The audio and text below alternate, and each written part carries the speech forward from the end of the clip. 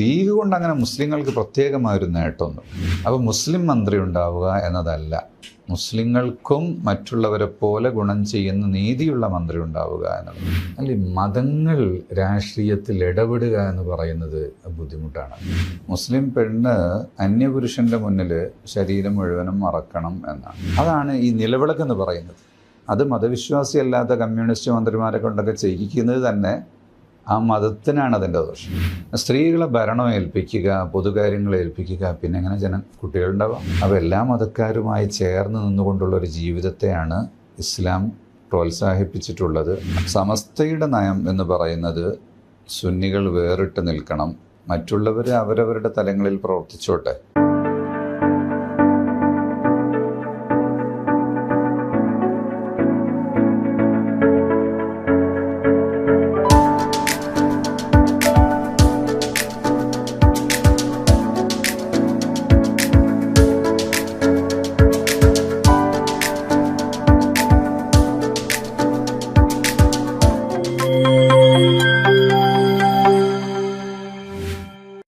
സമസ്ത 100ാം വാർഷികം ആഘോഷിക്കുകയാണ് ഇപ്പോൾ അടുത്ത കൊല്ലം 2026. ഈ 100 വർഷം കൊണ്ട് സമസ്ത എന്തിനാണോ സ്ഥാപിക്കപ്പെട്ടത് അതിൻ്റെ റെലവൻസ് ഇപ്പോൾ എങ്ങനെയാണ്? ആ ഉദ്ദേശ ലക്ഷ്യങ്ങൾ ഏത് അളവോളം പൂർത്തിയാക്കപ്പെട്ടത്? സമസ്ത പ്രധാനമായും സ്ഥാപിക്കപ്പെട്ടത് മുസ്ലിം സമൂഹത്തിൽ അവരുടെ വിശ്വാസങ്ങളും ആചാരങ്ങളും യഥാവിധി നിലനിർത്തുക, അതിന് കോട്ടം തട്ടുന്ന രീതിയിൽ വരുന്ന പുതിയ ആശയങ്ങളെ ചെറുക്കുക എന്നുള്ള ലക്ഷ്യത്തിലാണ്. അത് അൽഹംദുലില്ലാ സക്സസ്ഫുള്ളായിട്ട് തന്നെ മുന്നോട്ട് പോകുന്നുണ്ട്. 100 വർഷത്തെ പ്രതിലോമ പരിശ്രമങ്ങൾക്കൊന്നും 5% വിജയം നേടാൻ സാധിച്ചിട്ടില്ല എന്നുള്ളത് അതാണ്. രണ്ടാമത്തത് സമസ്തയുടെ ലക്ഷ്യം സാമൂഹിക ഉന്നമനമാണ്. അതിൽ വിദ്യാഭ്യാസം അതുപോലെയുള്ള സാമൂഹ്യ രംഗത്തെ എല്ലാ വിഷയങ്ങളിലും വളരെ വലിയ പ്രവർത്തനങ്ങൾ ചെയ്യാൻ സാധിച്ചിട്ടുണ്ട്. മുസ്ലിം സമൂഹത്തെ മാറി വരുന്ന വിദ്യാഭ്യാസ വളർച്ചയ്ക്ക് അനുകൂലമായി അങ്ങനെ തന്നെ വളരാൻ ഇത് സഹായിച്ചിട്ടുണ്ട്. അപ്പോൾ ഈ പുതിയ അല്ലെങ്കിൽ ഈ പരമ്പരാഗത ഇസ്ലാമിൽ നിന്ന് വരുന്ന ആക്രമണങ്ങളെ ചെറുക്കുക എന്നുള്ളതാണ്. അതെ. ഇപ്പോൾ പുതിയ പ്രസ്ഥാനങ്ങൾ മുജാഹിദുകൾ, പിന്നീട് വന്ന ജമാഅത്ത് ഇസ്ലാമി. അപ്പോൾ ഈ പറയാറുള്ളൊരു കാര്യം, ഒരു ആശങ്ക എന്ന് പറയുന്നത് സുന്നി സമൂഹത്തെ അവരിങ്ങോട്ട് സ്വാധീനിക്കുകയാണ് ചെയ്തിട്ടുള്ളത്. ഇപ്പോൾ വഹാബി സ്വാധീനം അല്ലെങ്കിൽ ജമാഅത്തിൻ്റെ സ്വാധീനം. അപ്പോൾ നമ്മുടെ പരമ്പരാഗത ഇസ്ലാമിൻ്റെ സ്രോതസ്സുകളെ അല്ലെങ്കിൽ അതിൻ്റെ രീതികളെ ഒക്കെ മാറ്റുന്നതിൽ ഈ എത്രത്തോളം ഈ വഹാബിസത്തിന് കേരളത്തിൽ സാധിച്ചു? 1% സാധിച്ചിട്ടില്ല. പരമ്പരാഗത ഇസ്ലാം എന്ന് പറഞ്ഞാൽ യഥാർത്ഥ ഇസ്ലാം, സുന്നത്ത് ജമാഅത്ത് എന്ന പേരിൽ ലോകത്ത് അറിയപ്പെടുന്നത്, അതിൽ കേരളത്തെ സംബന്ധിച്ച് പറയുകയാണെങ്കിൽ 1% പോലും സ്വാധീനം ചെലുത്താൻ വിദഴി കക്ഷികൾക്ക് സാധിച്ചിട്ടില്ല. അപ്പോൾ ഈ പറയാറുള്ള ഈ പർദ്ദ, ഡ്രസ്സിൽ ഉണ്ടാകുന്ന സ്വാധീനം, വിശ്വാസത്തിൽ ചില സമയങ്ങളിൽ മറ്റ് മതവിശ്വാസികളുടെ ആഘോഷങ്ങളിൽ പങ്കെടുക്കരുത്, ക്രിസ്മസ് പങ്കെടുക്കരുത്, ഓണത്തിൽ പങ്കെടുക്കരുത്, ഇത് ഈ പറയപ്പെടുന്ന ഇത് ഒരു വഹാബി സ്വാധീനത്തിൽ സുന്നി സമൂഹവും പെട്ടുപോയിട്ടുണ്ടോ? ഇപ്പോൾ പർദ്ദ അല്ലെങ്കിൽ പാൻസ് എന്നൊക്കെ പറയുന്നത് നമ്മുടെ നാട്ടിൽ സ്വാഭാവികമായ പരിഷ്കരണത്തിൻ്റെ ഭാഗമായി ഫാഷനിൽ വരുന്ന ചേഞ്ചിൻ്റെ ഭാഗമായിട്ട് വരുന്നതാണ്. ഇപ്പോൾ നമ്മളാരും ഈ ജീൻസും പാൻസും ഒന്നും മുമ്പ് ധരിക്കാറില്ലല്ലോ. അപ്പോൾ അതിലേക്ക് വന്നു. അത് ഫാഷനിൽ സ്വാഭാവികമായ പരിഷ്കരണത്തിൻ്റെ ഭാഗമായിട്ട് വരുന്നത്. ഇസ്ലാമിലുള്ളത് ഹിജാബാണ്. ഹിജാബ് എന്ന് പറഞ്ഞാൽ മറക്കുക എന്നുള്ളതാണ്. അപ്പോൾ അത് ഓരോ നാട്ടിലും, തമിഴ്നാട്ടിലൊരു തരം ഹിജാബുണ്ട്, കേരളത്തിൽ വേറെയുണ്ട്. കേരളത്തിൽ ഗൾഫ് സ്വാധീനം കൊണ്ട് ഗൾഫിൻ്റെ രീതിയിലുള്ള ഫാഷനുകളാണ് ഇവിടെ വരുന്നത്. നോർത്ത് ഇന്ത്യയിൽ മറ്റൊരു തരത്തിലുള്ള ഹിജാബുണ്ട്. ഹിജാബ് എന്ന് പറഞ്ഞാൽ മറക്കുക എന്നുള്ളതാണ്. അന്തർജനം എന്നാണ് മലയാളത്തിൽ പറയാം. ആ ഒരു സിസ്റ്റം അല്ലാതെ ഫർദ വഹാബി ആശയമല്ല. നിഖാബും ഇസ്ലാമിക ആശയമാണ്. യെസ്, മുഖം മറയ്ക്കുന്ന. അതെ. മുസ്ലിം പെണ്ണ് അന്യപുരുഷൻ്റെ മുന്നിൽ ശരീരം മുഴുവനും മറക്കണം എന്നാണ്.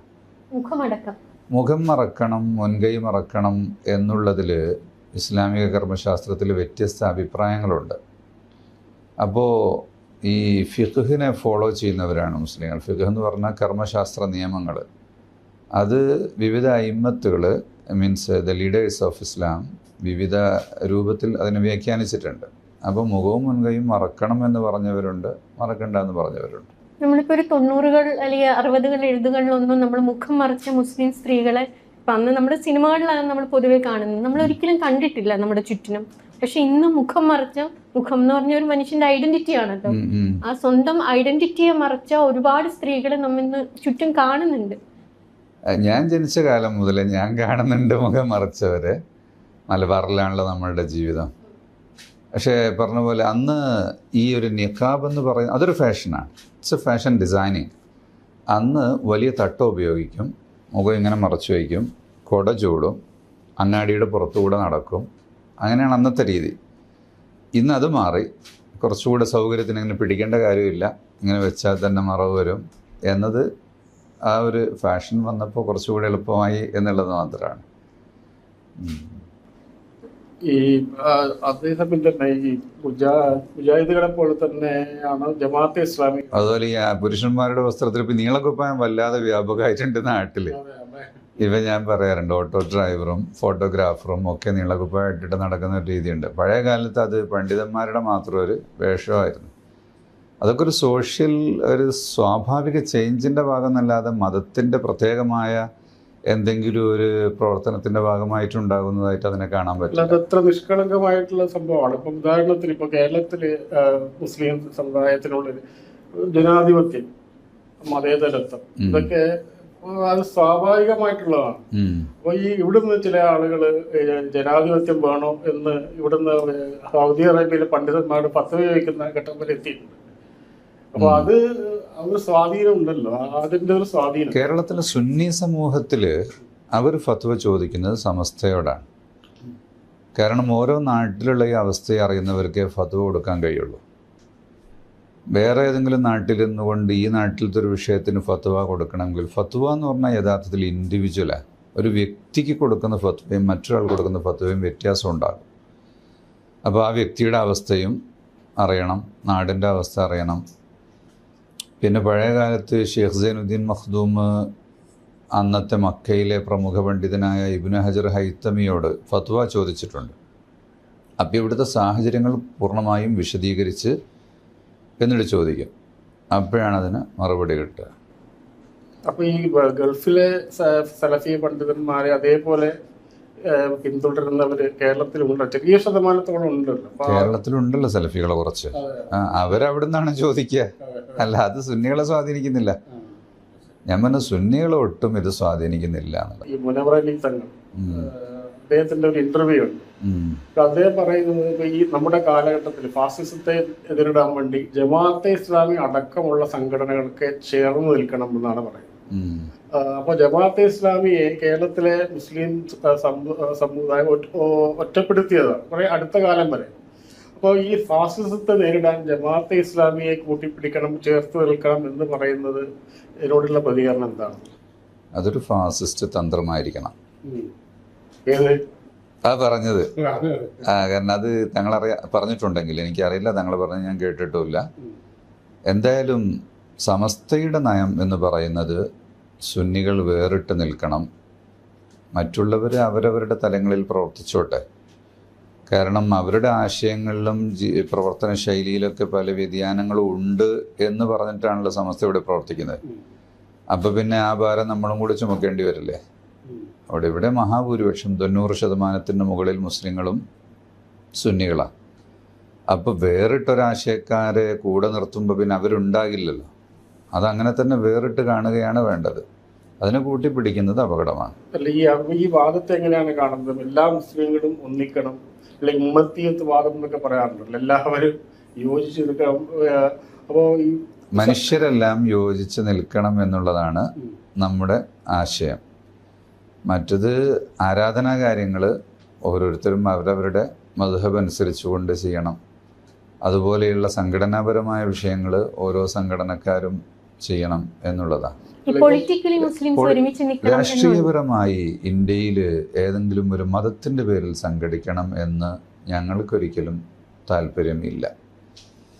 രാഷ്ട്രീയത്തിൻ്റെ പേരിൽ ഇപ്പോൾ വിവിധ ആശയങ്ങളിലാണല്ലോ രാഷ്ട്രീയ പാർട്ടികൾ ഉടലെടുക്കുന്നത്.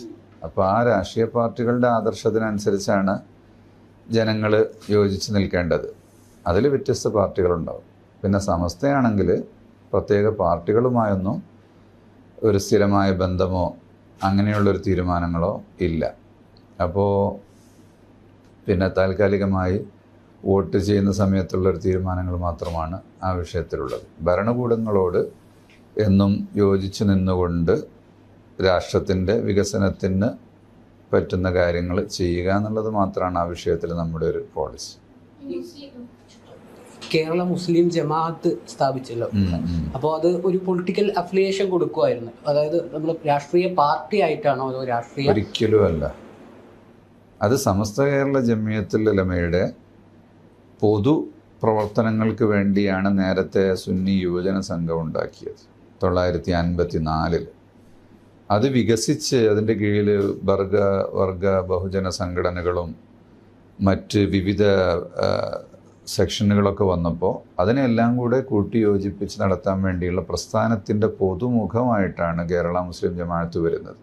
അല്ലാതെ ഒരിക്കലും അതൊരു രാഷ്ട്രീയ പാർട്ടിയിലേക്ക് പോവുകയോ? ഒരിക്കലുമില്ല. സമസ്തയുടെ നയം എന്താണോ ആ നയം നടപ്പിലാക്കാൻ വേണ്ടിയുള്ള ഒരു സാമൂഹ്യ സംഘടനയാണ് കേരള മുസ്ലിം ജമാഅത്ത്. അല്ല, പൊതുവെയുള്ള ധാരണ എന്ന് പറഞ്ഞാൽ കാന്തപുര വിഭാഗം CPM-നാണ് എല്ലാ കാലത്തും പിന്തുണ കൊടുത്തത് എന്നുള്ളതായിരുന്നല്ലോ ധാരണ. അതിന് മറുപക്ഷത്ത് ചില ആളുകൾ നമ്മളുമായിട്ട് ശക്തമായ പോരാട്ടം ഉണ്ടായിരുന്ന ചില കാരണങ്ങൾ ഉണ്ടായിരുന്നല്ലോ. അപ്പം അതുകൊണ്ട് ഞങ്ങളുടെ പിന്തുണപ്പുറത്തായിരിക്കും എന്നുള്ളൊരു ധാരണ. അതൊരു ധാരണ മാത്രമാണോ? പലപ്പോഴും പിന്തുണകൾ മാറി മാറി ചെയ്തിട്ടുണ്ട്. ഒരേ കക്ഷിക്ക് മാത്രം എല്ലാ സമയത്തും ചെയ്യുന്നതൊന്നും ഉണ്ടായിട്ടില്ല. നമ്മൾ ഇപ്പോൾ ഈ മുസ്ലിം സമുദായത്തിന്റെ ഒരു റെപ്രസെന്റേറ്റീവ് ആയിട്ടാണ് ലീഗിനെ പൊതുവെ കണ്ടുവരുന്നത്.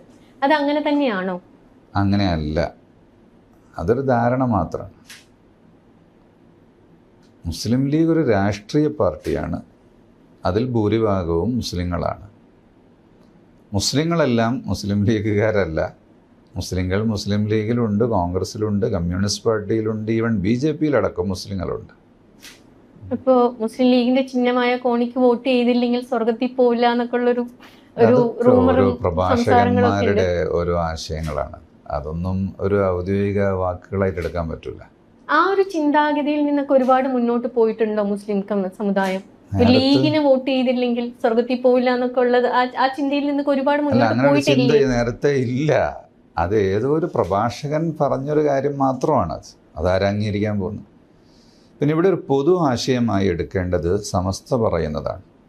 അല്ലെങ്കിൽ അതുപോലെ മുജാഹിദ് ജമാഅത്ത് അവരുടെ സംഘടന പറഞ്ഞാൽ നമുക്ക് അവരുടെ ഒരു പൊതു ആശയമായിട്ട് എടുക്കാൻ പറ്റും.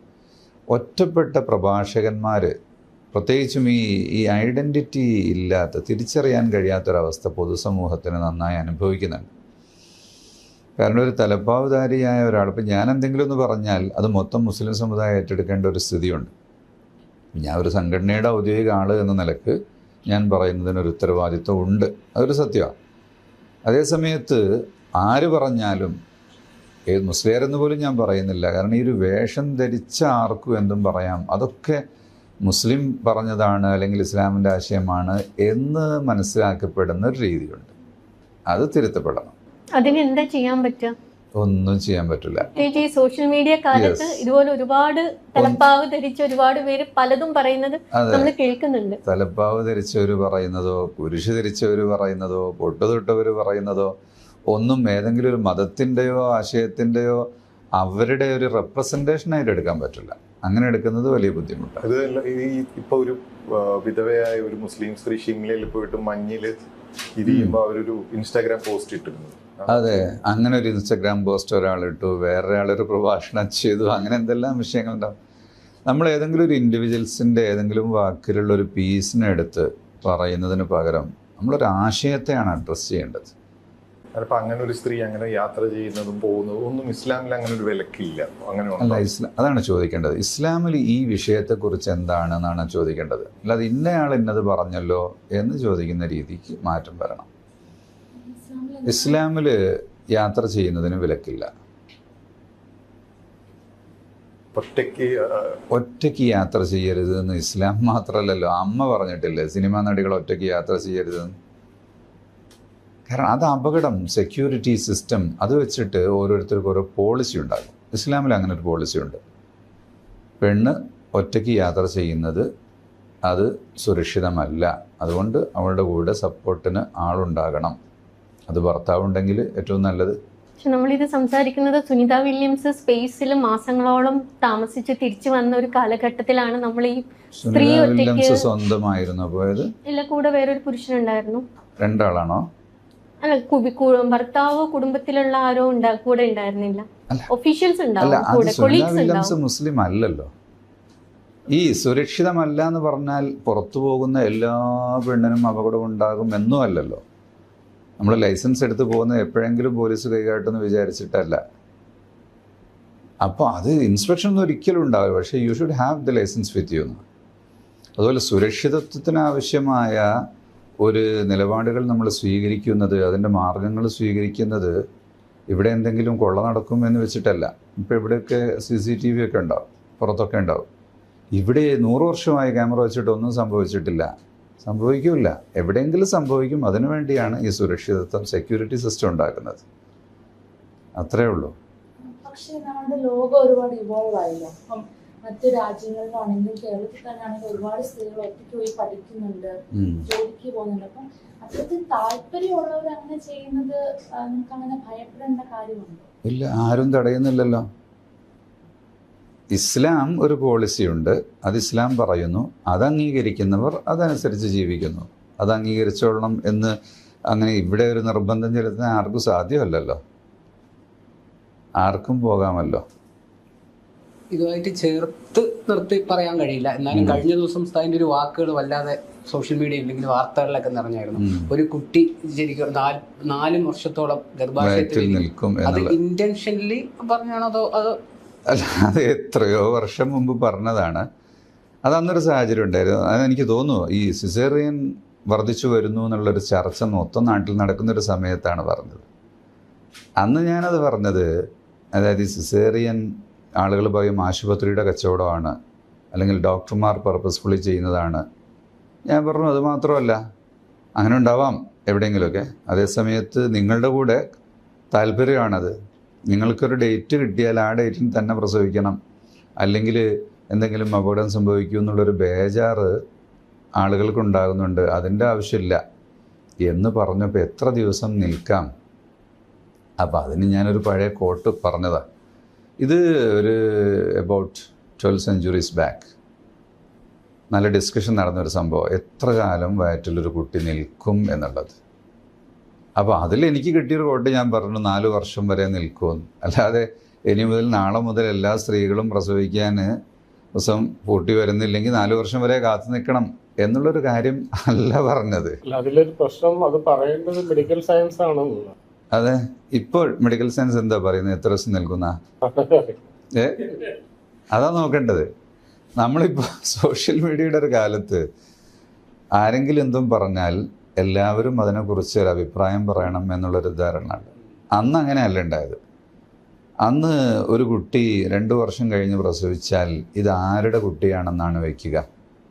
ഒരാൾ വിവാഹമോചനം നടത്തിയതിന് ശേഷം 2 വർഷം കഴിഞ്ഞ് കുട്ടി ജനിച്ചു. ഈ പെണ്ണ് വേറെ കല്യാണം കഴിച്ചിട്ടുമില്ല, അവിഹിത ബന്ധത്തിന് പോയിട്ടുമില്ല. എങ്കിൽ ഇയാളിലേക്ക് ഈ കുട്ടിയെ ചേർത്തി പറയാൻ പറ്റുമോ? അവിടെയാണ് ഈ ഡിസ്കഷൻ ഉടലെടുത്തത്. അപ്പോൾ ഒരാൾ 2 വർഷം എന്ന് പറഞ്ഞാൽ അതൊരിക്കലും ഉണ്ടാവില്ല എന്ന് പറയുന്നതിന് പകരം അന്നത്തെ ആളുകൾ നാടുനീളെ സഞ്ചരിച്ച് ജനങ്ങളെ അന്വേഷിച്ച് കുടുംബങ്ങളിൽ അന്വേഷിച്ച് പഠിക്കുകയാണ്, ഗവേഷണമാണ്. അപ്പോൾ അന്ന് ഒരാൾ പറഞ്ഞു, ഈ ഗ്രേറ്റസ്റ്റ് ഇസ്ലാമിക് സ്കോളറായിരുന്നു പ്രവാചക പത്നി ആയിഷ റളിയല്ലാഹു അൻഹ. അപ്പോൾ അവർ പറഞ്ഞിട്ടുണ്ട് 2 വർഷം വരെ നിൽക്കുള്ളൂ. അപ്പോൾ ഒരാൾ പറഞ്ഞു, അല്ല എൻ്റെ നൈബർ ഒരു പെണ്ണുണ്ട്, അവൾ 3 വർഷമായിട്ടാണ് പ്രസവിച്ചത്. സോ അത് അനുഭവമല്ല, അനുഭവത്തെ അനുമാനം കൊണ്ട് മാറ്റാൻ കഴിയില്ലല്ലോ. അപ്പോൾ വീണ്ടും അന്വേഷിച്ചു. അപ്പം 4 വർഷം വരെ നിന്നിട്ട് പ്രസവിക്കുന്ന ഒരുപാട് കുടുംബങ്ങളുണ്ട് എന്ന് ബാഗ്ദാദിലെ ഒരാൾ പറഞ്ഞു. ഒരു കുടുംബം, ഒരു ട്രൈബ് തന്നെ മൊത്തം അങ്ങനെയാണ് പ്രസവിക്കുന്നതെന്ന്. അപ്പോൾ അനുഭവത്തെ നമുക്കില്ലെന്ന് പറയാൻ പറ്റില്ലല്ലോ. ഇപ്പം മാസം കാണൂല എന്ന് പറയുന്ന ദിവസം മാസം കണ്ടാലേ അതങ്ങനെ കാണൂല, അത് ചന്ദ്രനല്ല എന്ന് പറയുന്നത് പോലെ ആയിപ്പോകൂലേ. പക്ഷെ ഈ ചർച്ച വന്നതെന്ന് പറഞ്ഞു കഴിഞ്ഞാൽ വീട്ടിൽ മലപ്പുറത്ത് ഒരു സ്ത്രീ, അതിലാണ് ഈ ചർച്ച വന്നത്. അപ്പൊ ഇതില് നമ്മളുടെ ഇതെന്താണ്? വീട്ടിൽ പ്രസവിച്ച പാർട്ടിയുടെ ആളുകളാണ് എൻ്റെ ഈ പഴയ പ്രസംഗം തപ്പിപ്പിടിച്ച് പുറത്തിട്ടത്. അത് അവർക്ക് അനുകൂലമാകുമെന്ന് കരുതിയിട്ട്. ഇസ്ലാമിൽ അങ്ങനെ വീട്ടിൽ നിന്നേ പ്രസവിക്കാവൂ എന്നുള്ള യാതൊരു ആശയവുമില്ല. ഇസ്ലാമിലുള്ളത് സുരക്ഷിതമായ സ്ഥലത്താവണം, പ്രസവം എടുക്കാൻ കഴിവുള്ള ആളുകൾ ഉണ്ടാവണം, അവിടെ അപകട സാധ്യത ഉണ്ടാകരുതെന്നാണ്. പിന്നെ ഹൈജീനൊക്കെ കൂടുതൽ നല്ലത് ആശുപത്രിയേക്കാളും വീടാണെന്ന് യൂറോപ്പിലൊക്കെ വല്ലാതെ ഇപ്പോൾ ഒരു ധാരണ പരന്നു വരികയും വീട്ടിൽ വെച്ച് പ്രസവിക്കാനുള്ള ഒരു പ്രേരണ ഉണ്ടാവുകയും ചെയ്യുന്നുണ്ട്. നമ്മുടെ നാട്ടിലും അങ്ങനെ വീട്ടിൽ നിന്ന് ജനിക്കുന്നവരുണ്ട്. നിങ്ങളൊക്കെ എവിടെ നിന്നാണ് ജനിച്ചതെന്ന് എനിക്കറിയില്ല. ഞാൻ വീട്ടിൽ നിന്ന് ജനിച്ചു. പ്രശാന്തി എവിടെ നിന്ന് ജനിച്ചു? ഞാൻ ഹോസ്പിറ്റലാണ്. അന്ന് ഹോസ്പിറ്റലുണ്ടല്ലേ? എത്ര വയസ്സായി? 59. എൻ്റെ ചെറിയൊരു കോംപ്ലിക്കേഷനിലുണ്ട്. ഉണ്ടാവും. എൻ്റെ നാട്ടിൽ ഇപ്പോഴത്തെ പോലെ തന്നെ നമ്മുടെ ചെറുപ്പകാലത്തൊന്നും അങ്ങനെ ആശുപത്രിയിൽ പോകുന്ന ഒരു കാര്യമേ ഇല്ല. അപൂർവമായിട്ടേ പോകാറുള്ളൂ. കൃഷ്ണകുമാർ, നമ്മുടെ പഴയ കോയമ്പത്തൂർ ഫാർമസിയുടെ MD മരിച്ചുപോയി. പുള്ളി എന്നോട് പറഞ്ഞു, എൻ്റെ ഒരു ശിഷ്യൻ ആശുപത്രിയിൽ പോയിട്ട് വിളിച്ചു, പിന്നെ ചേട്ടാ കുഞ്ഞ് കഴുത്തിൽ കുടുങ്ങിയിട്ടുണ്ട്, ഓപ്പറേഷൻ ചെയ്യണമെന്നാണ് പറയുന്നത്, എന്ത് ചെയ്യണം? അപ്പോൾ കൃഷ്ണകുമാർ പറഞ്ഞു, ഞാൻ പറഞ്ഞു നിൻ്റെ വൈദ്യത്തിൽ വിശ്വാസം ഉണ്ടെങ്കിൽ കാത്തിരിക്കുക, കഴുത്ത് കുടുങ്ങിയാലേ തിരിച്ചു വരും. അവൻ എന്ത് മരുന്ന് കൊടുക്കാൻ പറഞ്ഞു, പ്രസവിച്ചു എന്ന് പറഞ്ഞു. അത് ഓരോ ആളുകളുടെ ധൈര്യവും അവർക്ക് അവരുടെ അതിലുള്ള വിശ്വാസവും പരിചയമൊക്കെയാണ്. അല്ലാതെ നമ്മൾ ഇന്ന സ്ഥലത്താവണം ആവണ്ട എന്ന് പറയാൻ നമ്മളാളല്ല. മതത്തിന് അതിൽ പ്രത്യേക നിയമമില്ല. എന്തായാലും അപകടത്തിലേക്ക് കൊണ്ടുപോകാൻ പാടില്ല എന്ന മതത്തിൽ നിയമം ഉണ്ട്. നമ്മൾ ഈ കോഴിക്കോട് ഒരു റീസെന്റ് ഒരു കപ്പിൾ കുട്ടി ഉണ്ടാവുകയും അവർക്ക് ബർത്ത് രജിസ്ട്രേഷൻ കിട്ടാതിരിക്കുകയും കുറെ വാർത്തകൾ വരികയൊക്കെ ചെയ്തു. വീട്ടിലെ ഡെലിവറി ആയിരുന്നു. അത് കുട്ടി പ്രഗ്നന്റ് ആണെന്ന് ഒരിക്കലും പുറത്ത് ആരെയും അറിയിച്ചിട്ടില്ല, ആശാവർക്കന്മാർക്ക് അറിയില്ല, കോർപ്പറേഷൻ അറിയില്ല. അങ്ങനെ ഒരു കുട്ടി ജനിക്കുകയും അവർക്ക് ബർത്ത് സർട്ടിഫിക്കറ്റിന് ആപ്ലിക്കേഷൻ കൊടുക്കുകയും ചെയ്തു. അപ്പൊ കോർപ്പറേഷൻ ചോദിക്കുന്നത് അത് നിങ്ങളുടെ കുട്ടിയാണെന്നുള്ളതിന് എന്താ, ഒരു കോർപ്പറേഷനെ അറിയിക്കണമല്ലോ, ഒരു കുട്ടി ജനിച്ചാൽ അറിയിക്കണം, അല്ലെങ്കിൽ പ്രഗ്നന്റ് ആണെങ്കിൽ അറിയിക്കണം. വന്ന് ചോദിക്കുമ്പോഴൊക്കെ അവരതൊരു രഹസ്യമാക്കി വെക്കുകയും പിന്നീട് കുട്ടി ഉണ്ടാവുകയും അവർക്ക് ബർത്ത് സർട്ടിഫിക്കറ്റ് കിട്ടാതിരിക്കുകയും ചെയ്യുന്ന ഒരു സിറ്റുവേഷൻ ഉണ്ട്. ഇപ്പൊ ഇങ്ങനത്തെ സിറ്റുവേഷൻസ് നമ്മൾ അധികം കണ്ടുവരുന്നത് മലപ്പുറം, കോഴിക്കോട് ഭാഗങ്ങളിലാണ്. അതിൽ തന്നെ മതം എടുത്ത് പറയുകയാണെങ്കിൽ അതിൽ മുസ്ലിംസ് ആണ് കൂടുതലും ഇതിൽ വരുന്നതും. അപ്പൊ ഇങ്ങനൊരു ഈ ഒരു ട്രെൻഡ് കൂടിക്കൂടി വരിക ചെയ്യുന്നത്. അപ്പൊ അവരോട് എന്താ പറയാനുള്ളത്? കൂടിക്കൂടി വരികയാണോ കുറഞ്ഞു വരികയാണോ നോക്കണേ. കാരണം അതൊക്കെ സർവേയുടെ അടിസ്ഥാനത്തിൽ പറയേണ്ടതാ. മറ്റൊന്ന്, ഈ വീട്ടിൽ പ്രസവിക്കുന്നത് എത്രമാത്രം ഉണ്ട്, അതിൽ എത്ര സേഫായിട്ട് പ്രസവിക്കുന്നുണ്ട്, ആശുപത്രിയിൽ എത്രയുണ്ട്, അതിൽ എത്ര സേഫായിട്ട് പ്രസവിക്കുന്നുണ്ട്, അതൊക്കെ ഗവൺമെന്റ് കണക്ക് നോക്കി ഡേറ്റ വെച്ചിട്ട് തന്നെയാണ് പറയുന്നത്. IME ഒക്കെ പ്രസ് കോൺഫറൻസ് നടത്തുകയും ചെയ്തതാണ്. അതിലെന്താ പറഞ്ഞത്? ഈ വർഷം തന്നെ 3 കുട്ടികൾ സ്ത്രീകൾ മരിക്കുകയുണ്ടായി വീട്ടിൽ വെച്ച് പ്രസവം നടത്തിയിട്ട്. ആശുപത്രിയിൽ നിന്ന് എത്ര സ്ത്രീകൾ മരിച്ചു എന്ന് പറഞ്ഞോ? ആശുപത്രിയിൽ വെച്ചിട്ടും മരിക്കുന്നുണ്ട്. എത്ര മരിച്ചു? അത് പക്ഷെ നമ്മൾ വിളിച്ചു വരുത്തുന്ന മരണങ്ങളല്ല, കോംപ്ലിക്കേഷൻസ് അങ്ങനെയല്ല, നമ്മൾ ശ്രമിക്കാനായിട്ടൊന്നുമല്ല. ഞാൻ ഈ വാദത്തിന്റെ കൂടെ നിൽക്കുകയല്ല, ഞാൻ ഈ കോൺട്രവേഴ്സിയുടെ പശ്ചാത്തലത്തിലാണ് പറയുന്നത്. നമ്മൾ അതാണ് ശരി ഇതല്ല ശരി എന്നൊന്നും പറയാൻ നമുക്ക് കഴിയില്ല. അതിൻ്റെ ആളുകളാണ് പറയേണ്ടത്. ഇത് ഒരു സ്ത്രീ പ്രസവിക്കുന്ന ഒരു സ്ത്രീക്ക് അതിലൊരു റൈറ്റ് ഉണ്ടാവുമല്ലോ, എവിടെ പ്രസവിക്കണം വേണ്ട എന്നുള്ളതിനെ പറ്റിയിട്ട് സ്ത്രീക്ക് റൈറ്റ് ഉണ്ടാവും. അതിനെ ചോദ്യം ചെയ്യാൻ എനിക്ക് അവകാശമില്ല. സ്ത്രീ പറയാണ് എനിക്ക് വീട്ടിലാണ് പ്രസവിക്കേണ്ടത് എങ്കിലും ഭർത്താവിനും കുടുംബത്തിനും നിർബന്ധിക്കാം, വീട്ടിൽ പ്രസവിച്ചാൽ അത് സുരക്ഷിതമല്ല. തിരിച്ചു ആവാലോ, ഒരു സ്ത്രീക്ക് ആശുപത്രിയിൽ പ്രസവിക്കണം എന്ന് ആഗ്രഹിച്ചാൽ കൊണ്ടുപോകാത്ത ഭർത്താക്കന്മാരുടെ കേസസ് ആണ് നമ്മൾ 1-2 കേസ് ഇത്തവണ കണ്ടത്. ഒരിക്കലും ഉണ്ടാവാൻ പാടില്ല.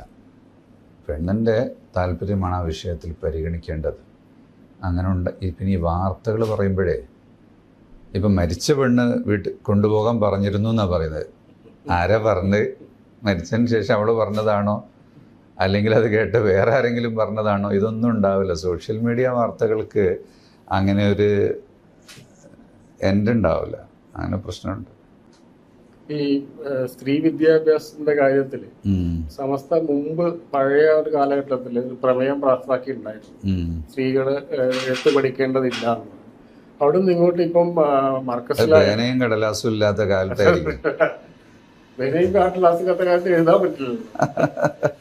അല്ല, എഴുത്ത് പഠിക്കേണ്ടതില്ല എന്ന് പറയുന്നത് അത് സമസ്ത മാത്രമല്ല. ഇവിടെ നമ്മൾ ഹിന്ദു സമൂഹത്തിലോ ക്രിസ്ത്യാനികളിലോ നോക്കിയാൽ ആ കാലത്ത് പെണ്ണുങ്ങളുടെ വിദ്യാഭ്യാസത്തിൻ്റെ സ്ഥിതി എന്തായിരുന്നു നോക്കണം. അതൊരു സാമൂഹ്യ പശ്ചാത്തലവും അന്നത്തെ അവസ്ഥയുമാണ്. ഗ്രാജ്വൽ ഗ്രോത്താണ്. ഇപ്പോൾ വിദ്യാഭ്യാസത്തിൻ്റെ വിഷയം പറയുകയാണെങ്കിൽ കേരളത്തിൽ മലയാളത്തിന് അക്ഷരം ഉണ്ടാകുന്നതിന് മുമ്പേ അക്ഷരം ഉണ്ടാക്കിയവരാണല്ലോ മുസ്ലിങ്ങൾ. അറബി അക്ഷരം ഉപയോഗിച്ച് മലയാളം എഴുതിയില്ലേ? വേറെ ഏതെങ്കിലും ഭാഷയിൽ അങ്ങനെ മലയാളം എഴുതിയിട്ടില്ല. മോർ ദാൻ 1000 ബുക്സ് ഉണ്ട് അറബി മലയാളത്തിൽ എഴുതിയ. ബ്രിട്ടീഷ് ലൈബ്രറിയിൽ മോർ ദാൻ 1000 ബുക്സ് ഉണ്ട്. ഞങ്ങളൊക്കെ ആ ഭാഷ ഉപയോഗിച്ചാണ് പഠിച്ചു തുടങ്ങിയത്. ഇപ്പോൾ ബ്രിട്ടീഷ് ലൈബ്രറിയുടെ പ്രതിനിധികൾ 1-ാം തീയതി മർക്കസ് യൂണിവേഴ്സിറ്റി വരുന്നുണ്ട്. ഞാൻ ഈ ഒരു കാണാൻ വേണ്ടി മാത്രം അവിടെ 2 പ്രാവശ്യം പോയിരുന്നു. അതിൽ 6000 പേജുള്ള ബോട്ടണിയുടെ പുസ്തകമുണ്ട്. 500 പേജുള്ള 12 വോളിയം കേരളത്തിൻ്റെ ബോട്ടണിയാണ്. കേരളത്തിൻ്റെ ബോട്ടണിയിൽ അതിനുശേഷം ഒരു പുസ്തകം മാത്രമേ വന്നിട്ടുള്ളൂ. അതെന്തായാലും നമുക്കൊന്ന് കിട്ടണമെന്ന് അലീഗറിലെ ഫോമർ VC എന്നോട് പറഞ്ഞു. ഞാൻ അതിനുവേണ്ടിയാണ് പോയത്. രസം എന്ന് പറഞ്ഞാൽ അവിടെ ഈ അറബി മലയാളത്തിൻ്റെ റിസർച്ച് ചെയ്യുന്നത് ഒരു ശ്രീലങ്കക്കാരി തമിഴ് വംശജയാണ്, മറ്റൊരു അൾജീരിയക്കാരിയാണ്. അപ്പോൾ അവർക്കിത് മനസ്സിലാക്കാനും വായിക്കാനുള്ള വലിയ ബുദ്ധിമുട്ടുണ്ട്. അപ്പോൾ മർക്കസ് യൂണിവേഴ്സിറ്റിയിലെ Malabar foundation for research and development ഞങ്ങളതുമായി കൊലാബറേറ്റ് ചെയ്യാം എന്ന് തീരുമാനിച്ചിട്ടുണ്ട്. അപ്പോൾ ഈ അറബി മലയാള ഭാഷയിൽ മാത്തമാറ്റിക്സ് ഉണ്ട്, ബോട്ടണി ഉണ്ട്, ബയോളജി ഉണ്ട്, എല്ലാ സയൻസും അക്കാലഘട്ടത്തിലേ പഠിച്ചിട്ടുണ്ട്. പിന്നെ അത് സ്ത്രീകളും പഠിച്ചിട്ടുണ്ട്. എൻ്റെ ഉമ്മയൊക്കെ അന്ന് കാലത്തെ വായിക്കുന്നതാണ്, എൻ്റെ വല്യമ്മ വായിക്കുന്നതാണ്. അപ്പോൾ ഏതെങ്കിലും ഒരു പ്രത്യേക സാഹചര്യത്തിൽ എന്തെങ്കിലും ഒരു നിയമം പാസ്സാക്കിയാൽ ഇന്ന് കടകൾ തുറക്കാൻ പാടില്ല എന്നുള്ളത് ഇന്നങ്ങ് ഒഴിവാക്കിയാൽ കടകൾ തുറക്കാൻ പാടില്ല എന്ന് പറയും. അപ്പോൾ കൊച്ചിയിൽ പണ്ട് കടകൾ തുറക്കാൻ പാടില്ല എന്ന് വിജ്ഞാപനം വന്നിരുന്നു എന്ന് പറയുന്ന പോലെയാണ് ഓരോ സാഹചര്യത്തിനനുസരിച്ചുണ്ടാകുന്ന പ്രത്യേക നിയമങ്ങളെ നമ്മളിങ്ങനെ ചർച്ച ചെയ്യുന്നതിൻ്റെ ഒരു പൊരുൾ അതാണ്. ഇപ്പോൾ അതിൽ നിന്ന് മാറ്റം മുസ്ലിം സ്ത്രീകൾ വിദ്യാഭ്യാസപരമായി നല്ലോണം മുന്നോട്ട് പോയിട്ടുണ്ട്. മറ്റുള്ളവരും പോയിട്ടുണ്ട്. നേരത്തെ തീരെ പഠിക്കാതിരുന്ന അന്തർജനങ്ങളൊക്കെ പഠിക്കാൻ തുടങ്ങിയിട്ടുണ്ട്. ക്രിസ്ത്യാനികൾ പഠിക്കാൻ തുടങ്ങിയിട്ടുണ്ട്. അതുപോലെ മുസ്ലിങ്ങളും പഠിക്കാൻ തുടങ്ങിയിട്ടുണ്ട്. അല്ല, മുജാഹിദുകൾ പറയുന്നത് അവരാണ് സ്ത്രീ വിദ്യാഭ്യാസം കൊണ്ടുവന്നത്, പിന്നെ സുന്നികൾ അതിനെ ഫോളോ ചെയ്യുകയാണ് ചെയ്തതെന്നാണ് പറയുന്നത്. മുജാഹിദുകളാണ് യഥാർത്ഥത്തിൽ ഈ വിദ്യാഭ്യാസത്തിനെതിരെ നിന്നത്. അവർ അധോധിഷ്ണുക്കളാണ്. കേരളത്തിൽ വിദ്യാഭ്യാസ നവോത്ഥാനം ഉണ്ടാക്കിയത് ഷെയ്ഖ് സൈനുദ്ദീൻ മഖ്ദൂമും ആ കുടുംബവുമാണല്ലോ, നമുക്കറിയാം. പിന്നെ അതിനുശേഷം ഇവിടെ സമസ്തയുടെ കീഴിലാണ് വിദ്യാഭ്യാസ പ്രവർത്തനങ്ങളെല്ലാം ഉണ്ടായത്. ഇപ്പോൾ 300 ചില്ലാനം സ്കൂളുകളുണ്ട് നമ്മുടെ അസോസിയേഷന് കീഴിൽ മാത്രമായിട്ട്. അതുപോലെ കോളേജുകളുണ്ട്. ഇപ്പം നോളജ് സിറ്റി വന്നു. ഓൺലൈൻ പ്ലാറ്റ്ഫോമിലാണെങ്കിലും നമ്മുടെ ഓൺലൈൻ പ്ലാറ്റ്ഫോം അത് ഈ 35 രാഷ്ട്രങ്ങളിൽ എഡ്യൂക്കേഷൻ കൊടുക്കുന്നുണ്ട്. ഇപ്പോൾ താങ്കൾ അല്ലെങ്കിൽ കാന്തപുര ഉസ്താദൊക്കെ അമിത്ഷായെ പോയി കാണുന്നു, നരേന്ദ്രമോദിയെ കാണുന്നു, പിണറായിയെ കാണുന്നു, ഉമ്മൻചാണ്ടിയെ കാണുന്നു. അല്ല, ആ രണ്ടും തമ്മിൽ വ്യത്യാസമുണ്ട്. കാരണം ഇത് അമിത്ഷായും നരേന്ദ്രമോദിയും ഇന്ത്യൻ മുസ്ലിങ്ങളുടെ ശത്രുക്കൾ എന്ന രീതിയിലാണ് പ്രൊജക്റ്റ് ചെയ്യപ്പെടുന്നത്. നമ്മൾ ആരെയും ശത്രുക്കളായി കാണുന്നില്ല. അല്ല, അങ്ങനെ ആർക്കെങ്കിലും ഉണ്ടെങ്കിലും ഞങ്ങളെല്ലാവരെയും ശത്രുക്കളായി കാണാതിരിക്കുക എന്നുള്ളതാണ് നമ്മുടെ ഒരു പോളിസി. അപ്പോൾ ഈ ഭരണാധികാരികളോടുള്ള സമീപനം എങ്ങനെയായിരിക്കും? ഭരണാധികാരികളോട് എന്നും നല്ല സമീപനമാണ് ഇസ്ലാമിക ഒരു രീതിയിൽ കാത്തു സൂക്ഷിച്ചു പോരുന്നത്. ഇപ്പം കേരളത്തിൽ പിണറായി ഭരിക്കുന്ന കേരളത്തിലെ മെട്രോ ഉദ്ഘാടനം ചെയ്യാൻ പ്രധാനമന്ത്രിയല്ലേ വരിക? കമ്മ്യൂണിസ്റ്റ് പാർട്ടിയും BJPയും തമ്മിൽ എങ്ങനെയാണ് ബന്ധം? അത് ഔദ്യോഗികതയും മറ്റും തമ്മിൽ വ്യത്യാസമുണ്ട്. ഭരണാധികാരി ആയാൽ എല്ലാവരുടെയും ഭരണാധികാരിയല്ലേ. അപ്പം ഞാൻ ഈ പ്രധാനമന്ത്രി അംഗീകരിക്കുന്നില്ല എന്നൊരാൾക്ക് പറയാൻ പറ്റുമോ? BJP മുസ്ലിം സമുദായത്തെ ഒറ്റപ്പെടുത്തുന്നു എന്നും പല രീതിയിലും പീഡിപ്പിക്കുന്നു എന്നുള്ളൊരു നാരറ്റീവ് ഉണ്ട്. അത് ശരിയാണോ? അല്ല, രാഷ്ട്രീയത്തിൽ പല ഭരണകൂടവും പല കാലത്തും പല സമുദായത്തെയും ഒറ്റപ്പെടുത്തുന്നു എന്നുള്ള തോന്നലുകളൊക്കെ ഉണ്ടാവാറുണ്ട്. അത് നമ്മൾ അങ്ങനെയല്ല, അതാത് കാലത്ത് എന്ത് സംഭവിക്കുന്നു എന്നുള്ളത് നോക്കുക. അതിലേത് ഭരണകൂടത്തിൽ നിന്ന് അത്തരത്തിലുള്ള നിലപാടുകളുണ്ടായാലും അതിനെ സമസ്ത എന്നും എതിർത്ത് പോന്നിട്ടുണ്ട്. ഇപ്പോൾ ഭിന്നിപ്പിക്കൽ രാഷ്ട്രീയത്തോട് അല്ലെങ്കിൽ മതത്തിൻ്റെയോ ഭക്ഷണത്തിൻ്റെയോ വസ്ത്രത്തിൻ്റെയോ സംസ്കാരത്തിൻ്റെയോ പേരിൽ അങ്ങനെ ഒരു വിഭാഗത്തെ പരിഗണിക്കുക, മറ്റൊരു വിഭാഗത്തെ പരിഗണിക്കാതിരിക്കുക, അങ്ങനെയുള്ള ഒരു ആശയത്തോട് ഞങ്ങൾക്ക് ഒരു കാലത്തും യോജിപ്പില്ല. അതിനെയൊക്കെ ഞങ്ങൾ എതിർക്കുകയും ചെയ്യാറുണ്ട്. എന്ന് വെച്ചിട്ട് ഭരണകൂടങ്ങളുമായി യാതൊരു നിലക്കുള്ള ബന്ധവും പാടില്ല എന്നുള്ളൊരാശയം ഞങ്ങൾക്കില്ല. ജമാഅത്ത് ഇസ്ലാമി പോലുള്ള സംഘടനകളുടെ നിലപാട് ഇതിന് ഘടകവിരുദ്ധമാണ്. ജമാഅത്തെ ഇസ്ലാമി എന്ന് പറയുന്നത് നിങ്ങൾക്ക് അത്ര വലിയൊരു ചർച്ച ചെയ്യാൻ മാത്രമുള്ളൊരു സാധനം അല്ല. കേരള മുസ്ലിങ്ങളിൽ 1% വരാത്ത ഒരു ഓർഗനൈസേഷനാണ് ജമാഅത്തെ ഇസ്ലാമി. അതിനെങ്ങനെ 40 പ്രാവശ്യം പറയേണ്ട ഒരു കാര്യമുണ്ടെന്ന് എനിക്ക് തോന്നുന്നില്ല.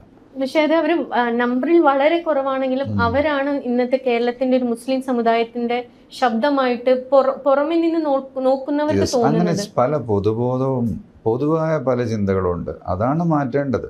അപ്പം അതിന് സ്റ്റഡി നടക്കണം, പഠിക്കണം. പ്രശാന്ത് ആവശ്യത്തെ ആഴത്ത് പഠിച്ച ആളാണെന്ന് എനിക്കറിയാം. ജമാഅത്ത് ഇസ്ലാമിക്ക് അപ്പൊ മുസ്ലിം സമുദായത്തിൽ യാതൊരു റെലവൻസും ഇല്ലാന്ന് തന്നെയാണോ? അവരുടെ സംഘടനയിലുണ്ട്, അവരുടെ ആളുകളിലും ഉണ്ട്. അതല്ല, ഈ ഇപ്പോഴ് പഴയതുപോലെയല്ല ജമാഅത്തിന്റെ ആശയം. അതിപ്പോ നമ്മുടെ ജീവിക്കുന്ന ഒരു കാലഘട്ടം ഉണ്ടല്ലോ, മുസ്ലിങ്ങൾ പീഡിപ്പിക്കപ്പെടുന്നു, മുസ്ലിം എന്ന പേരുകൾ മാത്രം കൊണ്ട് വിശ്വാസിയാവണമെന്നില്ല എങ്കിൽ പോലും പീഡിപ്പിക്കപ്പെടും. അങ്ങനെ ഒരു കാലഘട്ടത്തിൽ ഈ സ്വത്ത് രാഷ്ട്രീയം എന്നുള്ളത് ഭയങ്കരമായിട്ട് ആക്സെപ്റ്റൻസ് കിട്ടുന്നു. അപ്പോൾ മുസ്ലിം ആയതിൻ്റെ പേരിലാണ് ആക്രമിക്കപ്പെടുന്നതെങ്കിൽ, നമ്മുടെ ആലയങ്ങളാണ് ആക്രമിക്കപ്പെടുന്നതെങ്കിൽ, വഖഫ് സ്വത്ത് തട്ടിയിടപ്പെടുന്നെങ്കിൽ, CAA പ്രശ്നങ്ങൾ വരും. അപ്പം ഇങ്ങനെ എല്ലാ പ്രശ്നങ്ങളും വരുമ്പോൾ മുസ്ലിങ്ങൾ ഒന്നിച്ചു നിൽക്കണം എന്നുള്ള വാദത്തിന് ജമാഅത്തെ ഇസ്ലാമിയുടെ അല്ലെങ്കിൽ ഏതെങ്കിലും സംഘടനയുടെ വാദത്തിന് വലിയ കറൻസി കിട്ടും. ഈ ജമാഅത്തെ ഇസ്ലാമി പോലുള്ള സംഘടനകൾ വന്നതിന് ശേഷമാണോ, അതിനു മുമ്പ് നൂറ്റാണ്ടുകൾ മുസ്ലിങ്ങൾ ഇവിടെ ജീവിച്ചപ്പോഴാണോ ഈ പറയുന്ന രീതിയിലുള്ള പീഡനങ്ങളോ എതിർപ്പുകളോ ഉണ്ടായത് എന്നൊന്ന് പരിശോധിക്കേണ്ടതുണ്ട്.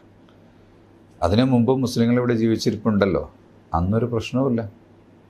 അന്ന് ഹിന്ദുക്കളും മുസ്ലിങ്ങളും ഒന്നിച്ചു ചേർന്നാണല്ലോ പോർച്ചുഗീസുകാരനെ ഇവിടുന്ന് ഓടിക്കുന്നത്. അപ്പോൾ ഈ ഒരു സുന്നി പാരമ്പര്യത്തിൽ നിന്നുകൊണ്ട് എല്ലാ മതക്കാരുമായും ചേർന്ന് നിന്നുകൊണ്ട് ഒരു ജീവിതം നയിച്ചൊരു കാലത്ത് ഒരു പ്രശ്നവും ഉണ്ടായിട്ടില്ല. ഇന്ത്യയിൽ ഏറ്റവും കൂടുതൽ ഇസ്ലാമിലേക്ക് ആളുകൾ വന്നത് അജ്മീർ ഖാജ മുഖേനയാണ്. അജ്മീർ ഖാജയോട് അജ്മീറിലെ തന്നെ ബ്രാഹ്മണർക്കോ അല്ലെങ്കിൽ അതിൻ്റെ പരിസരത്തുള്ള ഏതെങ്കിലും ഹിന്ദുക്കൾക്കോ ഇന്നും വിയോജിപ്പില്ല എന്ന് പറഞ്ഞാൽ അവിടുത്തെ നേർച്ചകളും മറ്റൊക്കെ ഉണ്ടാകുമ്പോൾ അവിടെ ചോറ് വിളമ്പാനും മറ്റു കാര്യങ്ങൾക്കൊക്കെ ഇവരാണ് വരുന്നത്. മാത്രമല്ല അജ്മീറിലെ ചെമ്പിൽ ഇപ്പോഴും നോൺ വെജ് വേവിക്കില്ല മറ്റുള്ളവരെ പരിഗണിച്ചിട്ട്. അങ്ങനെയുള്ള സൗഹാർദ്ദമാണ് ഇവിടെ നിലനിന്നത്. മമ്പ്രം തങ്ങൾ ബ്രിട്ടീഷുകാർക്കെതിരെ നല്ല സമരം നയിച്ച ആളാണ്. മമ്പ്രം തങ്ങളുടെ സെക്രട്ടറി കോന്തുനായരായിരുന്നു. ഉമർ ഖാദി നികുതി നിഷേധ പ്രസ്ഥാനം ഗാന്ധിജിയുടെ മുമ്പ് ഇവിടെ കൊണ്ടുവന്ന ആളാണ്. ഉമർ ഖാദിയുടെ സെക്രട്ടറി ചോയി ആയിരുന്നു, അഗ്രികൾച്ചറൽ സംവിധാനത്തിൻ്റെ. ചോയ്ക്ക് 3 ഏക്കർ സ്ഥലം മൂപ്പര് പതിച്ചു നൽകിയിട്ടുണ്ട്. കുഞ്ഞായൻ മുസ്ലിയാർ എന്ന് പറയുന്ന വലിയ പണ്ഡിതൻ തലശ്ശേരിയിലുണ്ടായിരുന്നു. അദ്ദേഹത്തിൻ്റെ സെക്രട്ടറി മങ്ങാട്ടച്ചനായിരുന്നു. പിന്നെ കോഴിക്കോട്ടെ ഷെയ്ഖ് ജിഫ്രി, അദ്ദേഹത്തിൻ്റെ ആശീർവാദം അനുസരിച്ച് പ്രവർത്തിക്കുന്ന ആളായിരുന്നു മൈസൂരിലെ ടിപ്പു സുൽത്താൻ വന്നപ്പോൾ ഷെയ്ഖ് ജിഫ്രി എന്താണ് ഉപഹാരം വേണ്ടതെന്ന് ചോദിച്ചപ്പോൾ നാട്ടുകാർക്ക് കുടിക്കാൻ വെള്ളം വേണമെന്ന് പറഞ്ഞു. മാനവിക്രമൻ ചക്രവർത്തിയായ സാമൂതിരിയാണെന്ന് ഭൂമി കൊടുത്തത്. അപ്പോൾ എല്ലാ മതക്കാരുമായി ചേർന്ന് നിന്നുകൊണ്ടുള്ളൊരു ജീവിതത്തെയാണ് ഇസ്ലാം പ്രോത്സാഹിപ്പിച്ചിട്ടുള്ളത്. അതാണ് ഇവിടുത്തെ പൂർവ്വകാല പണ്ഡിതന്മാർ ചെയ്തിട്ടുള്ളത്. അതാണ് നേർച്ചകളെന്ന് പറയുന്ന കൾച്ചറൽ പ്രോഗ്രാം അതിൻ്റെ ഏറ്റവും വലിയൊരു അടയാളമാണ്. ഈ നേർച്ചകൾ ഇല്ലാതാക്കാനാണ് നിങ്ങൾ പറഞ്ഞ കക്ഷികൾ നേർച്ചകൾ വേണ്ട പോലുള്ള വിഷയങ്ങൾ പറയുന്നത്. അതിലൂടെയാണ് ഈ അകൽച്ച ഉണ്ടാകുന്നത്. പരസ്പരം കാണാനും അറിയാനും തിരിച്ചറിയാനുള്ള സംവിധാനങ്ങളില്ല. ഇപ്പം എൻ്റെ വീട്ടിൽ വാപ്പയുടെ പുസ്തകത്തിൽ നിങ്ങൾ വായിച്ചിട്ടുണ്ടോ, വിശ്വാസപൂർവ്വത്തിൽ. എൻ്റെ വീട്ടിൽ എൻ്റെ ചെറുപ്പകാലത്ത് ഞാൻ കാണുന്നത് പരിസരത്തുള്ള മറ്റു മതക്കാരായ ആളുകൾ വന്നിട്ട് ജോലി ചെയ്യുന്നതാണ്. അത് കണ്ടാണ് നമ്മൾ വളരുന്നത്. ഓണവും വിഷുവൊക്കെ വരുമ്പോൾ എൻ്റെ ഉമ്മ പത്തിരിപ്പൊടിയും മറ്റുമൊക്കെ ആയിട്ട് അവർക്ക് കൊടുക്കും. അവർ ചിലപ്പോൾ ചില കാണിക്ക ഇങ്ങോട്ട് കൊണ്ടുവരും. കാണിക്കുക എന്നുള്ള മലയാളത്തിലുള്ള പ്രയോഗമായിട്ട് നമ്മളങ്ങനെ കാണുന്നതല്ല. അപ്പം അങ്ങനെയുള്ള ഒരു സൗഹാർദ്ദം നിലനിർത്തി പോവുകയാണ് വേണ്ടത്. ഈ ഒന്നിച്ച് നിൽക്കണം എന്ന് പറയുന്നത് പേടിയുള്ള ആളുകളാണ്. കാരണം എല്ലാവരും കൂടെ നിൽക്കും, നടുക്ക് പോയി നിൽക്കാം. കാരണം അവർ കുറച്ചല്ലേ ഉള്ളൂ. അതിനു വേണ്ടിയാണ് ഓരോരുത്തരും അവരവരുടെ ദിശയിൽ തന്നെ നിൽക്കുകയും പ്രവർത്തിക്കുകയും ചെയ്യുമ്പോൾ നമ്മുടെ നാട്ടിൽ കുഴപ്പങ്ങളുണ്ടാകുന്നില്ല. ജമാഅത്ത് ഇസ്ലാമി പോലുള്ള പൊളിറ്റിക്കൽ ഇസ്ലാമിസ്റ്റുകൾ വന്നതിന് ശേഷമാണ് ഈ മതസ്പർദ്ധ കൂടിയതെന്നാണ് ഉസ്താദ് ഉദ്ദേശിക്കുന്നത്? ഈ സൗഹാർദ്ദത്തിന് മുൻതൂക്കം നൽകിയിട്ടുണ്ടായിരുന്ന നേർച്ചകളും അതുപോലെയുള്ള മുസ്ലിം ആഘോഷങ്ങളും ഒക്കെ നിലനിന്നതിനെ നിരാകരിച്ചുകൊണ്ട് അത് പാടില്ല എന്നൊക്കെ പറയുന്ന ഈ പുത്തനാശയക്കാരുടെ രംഗപ്രവേശം സ്വാഭാവികമായിട്ടും നമ്മളങ്ങനെ മനസ്സിലാക്കണം. മുസ്ലിങ്ങൾ വേറിട്ട് നിൽക്കണം, ഐത്തവും തീണ്ടലും ഒക്കെ അതല്ലല്ലോ ഇസ്ലാം പഠിപ്പിച്ചിട്ടുള്ളത്. ഇസ്ലാമിന് അതില്ലല്ലോ. പക്ഷെ എന്നിട്ടും ഈ ജമാഅത്ത് ഇസ്ലാമിയുടെ ആശയങ്ങൾക്ക് ഇത്ര അപ്പർ ഹാൻഡ് കിട്ടുന്നത് എങ്ങനെയെന്നുള്ളതാണ്. എവിടെയാണ് അപ്പർ ഹാൻഡ് കിട്ടിയത്? മുസ്ലിം ലീഗിനെ കുറിച്ച് ഏറ്റവും വലിയ ഇപ്പോഴത്തെ ആരോപണം, CPM ഒക്കെ ഉന്നയിക്കുന്ന ആരോപണം, മുസ്ലിം ലീഗ് എന്ന സംഘടന ജമാഅത്ത് ഇസ്ലാമിയാൽ നിയന്ത്രിക്കപ്പെടുന്നു എന്നുള്ളതാണ്. അതിൻ്റെ ഐഡിയോളജിക്കൽ ലെവലിൽ അവരെ സ്വാധീനിക്കുന്നത് ജമാഅത്ത് ഇസ്ലാമിയാണെന്നുള്ളതാണ്. മുസ്ലിം ലീഗിനെ പറ്റി കൂടുതൽ അടുത്തറിയുന്നത് EK സമസ്തക്കാർക്കാണ്. അവരോട് ചോദിച്ചാൽ കൂടുതൽ നന്നായി അറിയാൻ കഴിയും. ഞങ്ങൾ ഈ രാഷ്ട്രീയത്തിൽ തീരെ ഇൻവോൾവ് ചെയ്യാത്തത് കൊണ്ട് അതങ്ങനെ കൂടുതൽ പരമ്പരാഗത ഇസ്ലാമിനെ പ്രൊട്ടക്ട് ചെയ്യുക എന്ന് പറഞ്ഞത്. അപ്പൊ സുന്നികൾ തന്നെ വിഘടിച്ചു പോയിട്ടുണ്ട്. ഇപ്പൊ 4 സുന്നികളുണ്ടല്ലോ. അപ്പോൾ 4 സംഘടനകളുണ്ട്. ആ സംഘടനകൾ യോജിക്കുന്നതിൽ എന്തെങ്കിലും യോജിച്ച് പ്രവർത്തിക്കുന്നത് ഇപ്പൊ നടക്കുന്നുണ്ട്. ഇപ്പോൾ കോഴിക്കോട് അല്ല, ഇവിടെ എറണാകുളത്ത് തന്നെ ഒരുമിച്ച് സമ്മേളനം നടക്കുന്നുണ്ട്. ഈ സുന്നികൾ ലയിക്കുക എന്നൊരു പ്രോസസ്സ് ഇത് സാധ്യമാണ്? അത് അത്ര അത്യാവശ്യമൊന്നുമല്ല, അസാധ്യവും അല്ല. അല്ല, ഈ അതിന്റെ പ്രശ്നം ഈ പരമ്പരാഗത ഇസ്ലാം നേരത്തെ പറഞ്ഞ പോലുള്ള ഈ സിങ്കററ്റിക് ഇസ്ലാം ഉണ്ടല്ലോ. അല്ല, പരമ്പരാഗത ഇസ്ലാമിൽ തന്നെയാണല്ലോ മദ്ഹബുകൾ ഉള്ളത്. എന്ന് പറഞ്ഞാൽ വ്യത്യസ്ത നയങ്ങളും പോളിസിയൊക്കെ ഉണ്ടാവാം. അത് സംഘടനാപരമായ വിഷയങ്ങളിലോ അല്ലെങ്കിൽ വിദ്യാഭ്യാസ നയത്തിലോ മറ്റൊക്കെ ഉണ്ടാകുന്ന മാറ്റങ്ങളിൽ ഒന്നിൽ കൂടുതൽ സംഘടന എന്ന് പറയുന്നതിൽ കുഴപ്പമൊന്നുമില്ല. അപ്പൊ എല്ലാവരും ഒന്നിച്ചു നിൽക്കണം, മുസ്ലിങ്ങൾ എല്ലാവരും ഒന്നിച്ചു നിൽക്കണം എന്ന് പറയുന്നവർ തന്നെ അതിലൊരു വിഭാഗം സുന്നികൾ ഒന്നിക്കാൻ പാടില്ല എന്ന് പറയുന്നുണ്ട്. മാത്രമല്ല, സുന്നികൾ ബഹുദൈവ വിശ്വാസികളാണ്, ഇസ്ലാമിൽ നിന്ന് പുറത്തു പോയവരാണ് എന്നാണല്ലോ മുജാഹിദ് പറയുന്നത്. അടിസ്ഥാനപരമായ അപ്പൊ ഈ രണ്ടും തമ്മിലൊരു വൈരുദ്ധ്യം കാണുന്നുണ്ടോ? എല്ലാ മുസ്ലിങ്ങളും ഒന്നിക്കണം എന്ന് പറയും. അതെ, അപ്പൊ അത് രാഷ്ട്രീയ താല്പര്യമാണ്. സുന്നികൾ വേറെയാണ് എന്ന് പറയുന്നത് അവരുടെ വേറിട്ടൊരു താല്പര്യവും ആണ് എന്ന് വെക്കണം. അല്ല, ഈ സുന്നികൾ തമ്മിൽ കൂടുതൽ അടുക്കാനുള്ള ഒരു സാധ്യത? അല്ല, സുന്നികൾ ഇപ്പോൾ വളരെ അടുത്തിട്ടാണുള്ളത്. താങ്കൾ പറഞ്ഞ പോലെ ഇപ്പം മംഗലാപുരത്ത് വലിയൊരു കോൺഫറൻസ് കഴിഞ്ഞ ആഴ്ചയിൽ നടന്നു. അതിൽ സുന്നികളെല്ലാം യോജിച്ചുകൊണ്ടാണ് നടന്നത്. അതുപോലെ എറണാകുളത്ത് വരാൻ പോകുന്നുണ്ട്. അങ്ങനെ സുന്നികൾ സഹകരിച്ചുകൊണ്ടാണ് ഇപ്പോൾ പോകുന്നത്. സുന്നികൾക്കിടയിൽ അങ്ങനെയുള്ള തർക്കങ്ങൾ ഇപ്പോഴില്ല. പിന്നെ ഏതെങ്കിലും ചെറിയ മസലകളിലൊക്കെ തർക്കങ്ങളുണ്ടാകാം, അത് കുഴപ്പമില്ലാത്തതാണ്, ശാഖാപരമായ വിഷയങ്ങൾ. അപ്പോൾ ഇതേപോലെയാണ് ഈ എക്സ് മുസ്ലിം ഗ്രൂപ്പുകൾ എന്ന് പറഞ്ഞിട്ട് ഇസ്ലാമിനെതിരെ വളരെ ശക്തമായിട്ട് വിമർശിക്കുന്ന ചില ഐഡിയകളുണ്ട്, വളരെ അങ്ങ് അവിടെ നിന്നുള്ള. അപ്പൊ എങ്ങനെയാണ് അവരെ നേരിടുക, അല്ല അവരെ സമീപിക്കുന്നത് എങ്ങനെയാണ്? ഒരു സ്വീപ്പർ ജോലി പോയാൽ എക്സ് സ്വീപ്പർ എന്ന് പറയാറുണ്ടോ? ഇല്ല. മിനിസ്റ്റർ ആണെങ്കിലോ എക്സ് മിനിസ്റ്റർ എന്ന് പറയും. കാരണം അടുത്ത തസ്തിക വയ്ക്കാനില്ലെങ്കിൽ മിനിസ്റ്റർ എന്ന് പറയും.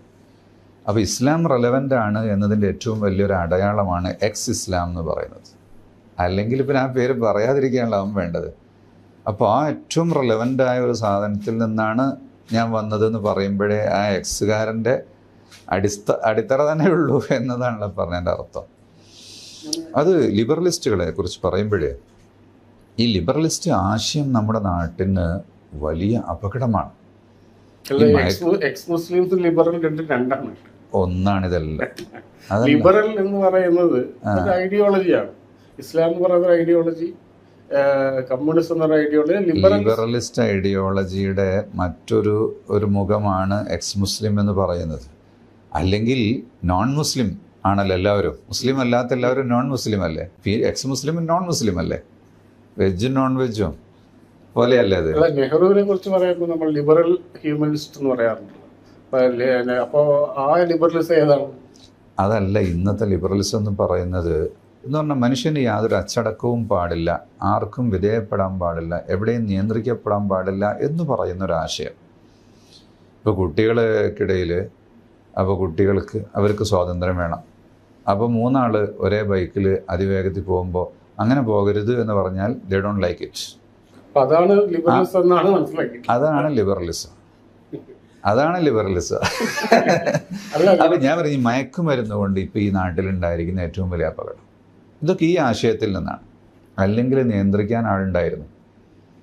വാപ്പ മക്കളെ നിയന്ത്രിക്കാൻ പാടില്ല, മുതിർന്നവർ ചെറിയ ആളുകളെ നിയന്ത്രിക്കാൻ പാടില്ല എന്ന് പറയുന്ന അരാജകത്വം വരുന്നതോടുകൂടി മയക്കുമരുന്നും മദ്യവും അത്തരം എല്ലാ കാര്യങ്ങളും മുന്നോട്ട് പോകുന്നു. അത് ഉണ്ടാകരുതല്ലോ. അപ്പോൾ അത്തരം ആശയങ്ങളാണ് നാട്ടിൽ കുഴപ്പമുണ്ടാക്കുന്നത്. അതിനെയാണ് നിയന്ത്രിക്കേണ്ടത്. ഇപ്പൊ CA വിഷയമായിക്കോട്ടെ, അല്ലെങ്കിൽ വഖഫ് ഭേദഗതി, ഇതിലൊക്കെ ആദ്യമായിട്ട് ഒരു സമരമുഖത്തേക്ക് ഇറങ്ങുന്നത് ഒന്നില്ലെങ്കിൽ ജമാഅത്ത് ഇസ്ലാമി അല്ലെങ്കിൽ മുജാഹിദ് സംഘടനകളാണ്. അപ്പോൾ സ്വാഭാവികമായും ഒരു ആശങ്കയുള്ള ഒരു മുസ്ലിം സമൂഹത്തിന് അവരാണ് നമ്മളെ റെപ്രസെന്റ് ചെയ്യുന്നത് എന്നുള്ളൊരു ബോധം ഉണ്ടാവും. നമ്മൾ തീരുമാനങ്ങൾ സമരം ചെയ്താലേ ഒന്ന് നമ്മുടെ കാര്യം നേടിയെടുക്കാൻ പറ്റുള്ളൂ എന്നും ഇത് മുസ്ലിങ്ങളുടെ മാത്രം ഒരു വിഷയമാണ് എന്നും വരുത്തി തീർത്ത് ആ വകയിലെങ്കിലും കുറച്ച് ആളുകളെ കൂട്ടിയെടുക്കാൻ വേണ്ടിയുള്ളൊരു ശ്രമമാണ് അവർ നടത്തുന്നത്. ഇതൊരു രാഷ്ട്രത്തിൻ്റെ പ്രശ്നമാണ്, ഭരണഘടനയുടെ പ്രശ്നമാണ്. അത് മുസ്ലിങ്ങൾ മാത്രം ചെയ്യേണ്ടതല്ല. ഒരിക്കലും മുസ്ലിങ്ങൾ മാത്രം വേറിട്ടുകൊണ്ട് സമരം ചെയ്യാൻ പാടില്ല എന്നതാണ് ഞങ്ങളുടെ ആശയം. ഞങ്ങൾ ആ വിഷയത്തിൽ സെമിനാറുകളും സിമ്പോസിയങ്ങളൊക്കെ നടത്തും, ആശയം പറയാൻ വേണ്ടി. എന്നല്ലാതെ ഒരിക്കലും ഒരു സമരം ഇത്തരം വിഷയങ്ങളിൽ വേറിട്ട് നടത്തുന്നതിനോട് നമുക്ക് യോജിപ്പില്ല. ആ ഒരു ചാൻസ് അവർ ഉപയോഗപ്പെടുത്താൻ വേണ്ടി ശ്രമിച്ചു. ഫോട്ടോ കാണിച്ചോട്ട് അതൊക്കെ വലിയ അപകടമല്ലേ? ഇഖ്വാനിസ്റ്റ് ഐഡിയോളജി എന്ന് പറയുന്നതിനെ ഞങ്ങളിപ്പോഴും അംഗീകരിക്കുന്നുണ്ട്. അതാണ് ഞങ്ങളുടെ ബേസ് എന്ന് പറയുന്നതിന് തുല്യമാണത്. കാശ്മീരിലെ സംഭവം നടന്നല്ലോ. അവിടുന്ന് കുറെ മുമ്പ് കാശ്മീരിലെ കുട്ടികളെ മർക്കസിൽ കൊണ്ടുപോയി പഠിപ്പിക്കുക, എങ്ങനെയായിരുന്നു ആ സംഭവം നടന്നത്? അത് കശ്മീർ ഭൂമിയിലെ സ്വർഗമാണെന്ന് പറയുമല്ലോ. അത് കാണാനുള്ളൊരാഗ്രഹം എനിക്കും വല്ലാതെ ഉണ്ടായിരുന്നു. കശ്മീരി കുട്ടികൾ ഒറ്റവിട്ട് മർക്കസ് പഠിക്കാറുണ്ട്. അപ്പോൾ അവരോട് ഞാൻ ചോദിക്കും, അവർ പറയും ഉസ്താദിന് ഒരു മകനേ ഉള്ളൂ, ഞങ്ങൾ കൊണ്ടുപോകില്ല. അപ്പോൾ ഒരിക്കൽ ഡൽഹിയിൽ ചെന്നപ്പോൾ ഒരാൾ നിർബന്ധിച്ച് കൊണ്ടുപോയി. ചെന്ന് കണ്ടപ്പോൾ നമ്മൾ ഇവിടുന്ന് കേൾക്കുന്നൊന്നും അവിടെ ഇല്ല. പക്ഷെ ഞാൻ പോയ അന്ന് മുതൽ ഇങ്ങോട്ട് ഒരുപാട് പുരോഗതിയാണ് കേട്ടോ. അന്ന് മുട്ടിന് പരിശോധന ഉണ്ടാകും, രാത്രി വണ്ടി ഓട്ടാൻ പറ്റൂല, പോവുകയാണെങ്കിൽ പിന്നെ ലൈറ്റ് ഇട്ട് പോകണതൊക്കെ ഉണ്ട്. ഏത് വർഷത്തെ കാര്യം ഇത്? Before 20 years. അപ്പോൾ അന്ന് ഞങ്ങൾ പോയ സമയത്ത് കശ്മീരിൽ ഒരു ഇൻസ്റ്റിറ്റ്യൂഷൻ സ്ഥാപിക്കണം എന്നതായിരുന്നു ഞങ്ങളുടെ താല്പര്യം. ഒരു ഓർഫനേജും ഒരു സ്കൂളും ഒക്കെ. അന്നത്തെ ചീഫ് മിനിസ്റ്റർ മുഫ്തി മുഹമ്മദ് സയ്യിദിനെ കണ്ടു, ഈ ആശയം പറഞ്ഞു. മുഫ്തി പറഞ്ഞു, ഇവിടെ നിങ്ങൾക്ക് അങ്ങനെ ഒരു പെർമിഷൻ കിട്ടിയാലും അത് തുടങ്ങി വരുമ്പോഴേക്ക് 2-3 വർഷം എടുക്കും. കേരളത്തെ പോലെയല്ല, മറ്റ് സ്റ്റേറ്റ് പോലെയൊന്നും അല്ല. തൽക്കാലം ഞാൻ കുറച്ച് ഓർഫൻസിനെ തരാം, അവിടെ കൊണ്ടുപോയി പഠിപ്പിക്കാൻ പറ്റുമോ എന്ന് ചോദിച്ചു. അപ്പോൾ അങ്ങനെ ഉസ്താദ് ഇങ്ങനെ നോക്കി. അപ്പോൾ നമ്മളെന്ത് ചെയ്യും? ആയിക്കോട്ടെ എന്ന് പറഞ്ഞു. 100 കുട്ടികളെ ഏറ്റെടുക്കാമെന്ന് പറഞ്ഞു. അങ്ങനെ 100 കുട്ടികളെ അവർ അനൗൺസ് ചെയ്തു. 300 ചില്ലാനും കുട്ടികൾ ട്രെയിനിൽ 3.5 ബോഗിയിലാണ് നിറച്ചു വന്നത്. മർക്കസിൽ ഒരു കെട്ടിടത്തിൽ നിന്ന് കുട്ടികളെ പള്ളിയിലേക്ക് താമസിപ്പിച്ചു. ആ കെട്ടിടം അവർക്ക് ഒഴിഞ്ഞു കൊടുത്തു, അവരടുത്ത് താമസിച്ചു. ആ കുട്ടികൾക്ക് തീരെ അച്ചടക്കം, ഒരു ജീവിതശൈലിയൊന്നും ഉണ്ടായിരുന്നില്ല. ആ നാടിൻ്റെ വ്യത്യാസമാണ്. അവിടെ എല്ലാ സ്ഥലത്തും പുൽത്തകിടുകളായിരിക്കും, എവിടെയും ചെന്നിരിക്കും. ഇവിടെ വന്ന് അതുപോലെ അവരിരുന്ന ചെളിയാകും, ആ ചെളിയായിട്ട് പോയിട്ട് കിടന്നുറങ്ങും. പക്ഷെ 4 മാസം കഴിഞ്ഞ് മുഫ്തി തന്നെ വന്നു ഇവിടെ ഹുബ്ബുർ റസൂൽ കോൺഫറൻസ് ഉദ്ഘാടനം ചെയ്യാൻ വേണ്ടി. അന്ന് ഈ കുട്ടികൾ നല്ല യൂണിഫോം ധരിച്ച് ഡ്രില്ലൊക്കെ ചെയ്ത് സ്കൗട്ട് അവർ പരേഡൊക്കെ നടത്തിയപ്പോൾ മുഫ്തി തന്നെ അത്ഭുതപ്പെട്ടു. ആ കുട്ടികൾ പോയിട്ട് ഇപ്പോൾ 1000-ഓളം കശ്മീരി കുട്ടികളെ നമ്മൾ പഠിപ്പിച്ചിട്ടുണ്ട്. ഞാൻ ഇന്നലെയൊക്കെ ഫോൺ ചെയ്ത് ചോദിച്ചിരുന്നു ഈ വിഷയങ്ങളുണ്ടായതിനു ശേഷം. കശ്മീരികൾ പറയുന്നത് ഇവിടെ പ്രശ്നങ്ങളൊന്നുമില്ല. അപ്പോൾ അങ്ങനെ വലിയൊരു സംഭവം ഉണ്ടായിട്ട് അവിടെ ഒരു ഭീകരാന്തരീക്ഷമൊന്നുമില്ല. ഇത് 30 വർഷമായിട്ട് അനുഭവിക്കുന്നതല്ലേ, അത് യൂസ്ഡ് ആയിപ്പോയിട്ടുണ്ട് ആളുകൾക്ക്. അത് അവിടെ നമ്മളിവിടുന്ന് കേൾക്കുമ്പോൾ കശ്മീരിലാണ്, കശ്മീരികൾക്ക് പഹൽഗാമിലാണ്, പഹൽഗാമിൽ പോയാൽ അത് ഇന്ന മലയുടെ മുകളിലാണ്. അപ്പോൾ അവിടെയുള്ള ആളുകൾക്ക് മാത്രമേ അത് ഇഷ്യൂ ഉണ്ടാവും. ഇവിടെ അങ്ങനെ തന്നെ വയനാട്ടിലൊരു ദുരന്തം ഉണ്ടായിന്ന് കേൾക്കുമ്പോൾ ഇങ്ങോട്ട് വരാത്ത ആളുകളുണ്ട്. കേരളത്തിൽ നിന്നാണല്ലോ കേൾക്കുക. വയനാട്ടുകാർ തന്നെ അതൊരു കുഗ്രാമമായിട്ടാണല്ലോ അതിനെ കാണുക. ആ ഒരു വിഷയമുണ്ട്. അപ്പോൾ ഈ കുട്ടികൾ അവിടെ തിരിച്ചു ചെന്ന് അവർ സ്കൂളുകൾ തുടങ്ങിയിട്ടുണ്ട്. ഇന്നിപ്പോൾ 30 സ്കൂൾ ഞങ്ങളുടെ കീഴിൽ കശ്മീർ വാലിയിൽ പ്രവർത്തിക്കുന്നുണ്ട്. അതുപോലെ അന്ന് വന്ന കുട്ടികൾ ഡോക്ടർമാരുണ്ട്, എൻജിനീയേഴ്സുണ്ട്. കേരളത്തിൽ ഇപ്പോൾ നടക്കുന്ന കലോത്സവങ്ങളിൽ സ്ഥിരമായി ഇവർ ഈ ബോക്സിങ്ങിലും അതുപോലെ ഉറുദു സാഹിത്യത്തിലും ഇവരാണ് എപ്പോഴും ഫസ്റ്റും സെക്കൻഡൊക്കെ വാങ്ങുന്നത്. ഇപ്പോൾ ഒരു കുട്ടി ജവഹർലാൽ നെഹ്റു യൂണിവേഴ്സിറ്റിയിൽ PG റാങ്ക് വാങ്ങി ഉറുദു സാഹിത്യത്തിൽ. അങ്ങനെ കശ്മീരിൽ വലിയൊരു മാറ്റം ഉണ്ടാക്കാൻ നമ്മുടെ ഈ വിദ്യാഭ്യാസ പ്രവർത്തനങ്ങൾ കൊണ്ട് സാധിച്ചിട്ടുണ്ട്. ഈ നേർച്ച എന്നൊക്കെ പറയുന്നത് ഇന്ത്യൻ കൾച്ചർ അസിമുലേറ്റ് ചെയ്തതല്ലേ. അപ്പോൾ പക്ഷേ എന്നാലും ചില മന്ത്രിമാരൊക്കെ വിളക്ക് കത്തിക്കാനൊക്കെ ഒരു ബുദ്ധിമുട്ട് കാണിക്കും. അങ്ങനെ എന്തെങ്കിലും? അല്ല, ഈ കൾച്ചർ എന്ന് പറയുന്നത് ഒരു മതത്തിന് വിവിധ നാടുകളിൽ ചെല്ലുമ്പോൾ അവിടുത്തെ സാഹചര്യങ്ങളുമായി ചേർന്ന് നിന്നുകൊണ്ടുള്ള രീതിയാണ് മുസ്ലിങ്ങൾ എപ്പോഴും പിന്തുടർന്നത്. എന്ന് വെച്ചിട്ട് മറ്റൊരു മതത്തിൻ്റെ ആചാരങ്ങളെ മുസ്ലിങ്ങൾ എടുക്കില്ല. മുസ്ലിം മതാചാരങ്ങളെ മറ്റുള്ളവരെ കൊണ്ട് ചെയ്യിക്കില്ല. കൾച്ചറൽ പ്രോഗ്രാമുകളിലാണ് മിംഗ്ലിംഗ് എന്ന് പറയുന്നത്. ഇപ്പോൾ ഇതാണല്ലോ ഈ ക്രിസ്മസും ഓണവും പെരുന്നാളൊക്കെ വരുമ്പോൾ ഉണ്ടാകുന്ന തർക്കങ്ങൾ. ബലിയർപ്പിക്കാൻ ബലിപെരുന്നാളിന് കുർബാനി ചെയ്യിക്കുന്നത് ഹിന്ദുക്കളെ കൊണ്ട് ചെയ്യിക്കണം, അവരും പോത്തിനറക്കട്ടെ, അല്ലെങ്കിൽ ക്രിസ്ത്യാനികളെ കൊണ്ടും ചെയ്യിക്കണം എന്ന് പറയുന്നൊരാശയത്തോട് നമുക്ക് യോജിപ്പില്ല. ക്രിസ്മസ് ക്രിസ്ത്യാനി നടത്തുക, ക്രിസ്മസിനനുബന്ധിച്ച് ഒരു സ്കൂളിൽ ഒരു സദ്യ ഉണ്ടാക്കിയാൽ അതല്ല. ക്രിസ്മസ് എന്ന് പറയുന്നത് അവരുടെ ദേവാലയവുമായി ബന്ധപ്പെട്ട് നടക്കുന്ന കാര്യങ്ങൾ, അത് അവർക്കുള്ളതാണ്. ഓണവുമായി ബന്ധപ്പെട്ട് അത് എറണാകുളം എവിടെ നിന്നാണ് ഓണം ഉണ്ടായെന്ന് പറഞ്ഞാൽ തൃക്കാക്കര അമ്പലം. അത് ഇപ്പം ഞങ്ങളുടെ നാട്ടിലൊക്കെ മുമ്പേ ഞാൻ പറഞ്ഞ നേരത്തെ നമ്മുടെ അയൽവാസികളൊക്കെ നടത്താറുണ്ട്. നായന്മാരുണ്ട്, അതുപോലെ മറ്റു മതക്കാർ, താഴ്ന്ന ജാതിക്കാരൊക്കെ ഉണ്ട്, അവരൊക്കെ നടത്താറുണ്ട്. ആ സമയത്ത് ഞാൻ പറഞ്ഞ പോലെ മുസ്ലിം വീടുകളിൽ നിന്ന് അവർക്ക് എന്തെങ്കിലും ഒന്ന് അങ്ങോട്ട് കൊടുക്കുന്നത് അവർ വീട്ടിലൊന്നും ഇല്ലാത്തതുകൊണ്ടല്ല, അതൊരു ഫ്രണ്ട്ഷിപ്പിൻ്റെ ഭാഗമാണ്. വിളക്ക് കത്തിക്കുന്നതിനെക്കുറിച്ച്, വിളക്ക് യഥാർത്ഥത്തിൽ അത് ഹിന്ദു ആചാരത്തിൽ പറഞ്ഞിട്ടുള്ള എന്താണ് ശിവൻ്റെയും പാർവതിയുടെയും സംഗമത്തിൻ്റെ ഒരു നിദർശനമാണ്. അതാണ് ഈ നിലവിളക്കെന്ന് പറയുന്നത്. അത് മതവിശ്വാസിയല്ലാത്ത കമ്മ്യൂണിസ്റ്റ് മന്ത്രിമാരെ കൊണ്ടൊക്കെ ചെയ്യിക്കുന്നത് തന്നെ ആ മതത്തിനാണ് അതിൻ്റെ ദോഷം, മുസ്ലിമിൻ്റെ മാത്രം കാര്യമല്ല അത്. അപ്പം അങ്ങനെയുള്ള ആചാരങ്ങൾ കേരളത്തിൽ പൊതുവെ മതാചാരങ്ങൾ സർക്കാർ കാര്യങ്ങളിൽ കൊണ്ടുവരുന്നത് കുറവാണ്. കർണാടകയിലും മറ്റൊക്കെ ചെന്നാൽ ഓരോരുത്തരുടെ ഓഫീസിൽ അവൻ്റെ മതം ഉണ്ടാകും, അവരവരുടെ സർക്കാർ വണ്ടികളിലും അവരവരുടെ മതം ഉണ്ടാകും. അവിടെ സർക്കാർ കാര്യങ്ങളിൽ മതേതര സ്വഭാവമാണ് വേണ്ടത്. കേരളത്തിൽ അത് ഉണ്ടെന്നാണ്. കേരളത്തിൽ ഇല്ലയെന്ന് ഞാൻ പറയാം. കേരളത്തിൽ ഇപ്പം ഈ ഒരു നിലവിളക്കിൻ്റെ ഒരു വിഷയം മാത്രമേ ചിലപ്പോൾ, അതും വേറെ വർഷങ്ങൾക്ക് മുമ്പൊക്കെ വിവാദമായിരുന്നു. കേരളത്തിൽ മതേതരമായൊരു ജീവിതശൈലിയാണ് പോളിറ്റിക്സിൽ പൊതുവേ ഉള്ളത്. മുസ്ലിം നിസ്കരിക്കാൻ പോകും, അത് രാഷ്ട്രീയമല്ലല്ലോ. ഹിന്ദു അമ്പലത്തിൽ പോകുന്നവർ, അത് അവരുടെ മതമാണത്. അതിന് കേരളത്തില് 30% ഏകദേശം വരുമല്ലോ ജനസംഖ്യ, പുതിയ വന്നിട്ടില്ലെങ്കിലും കണക്ക് വന്നിട്ടില്ല.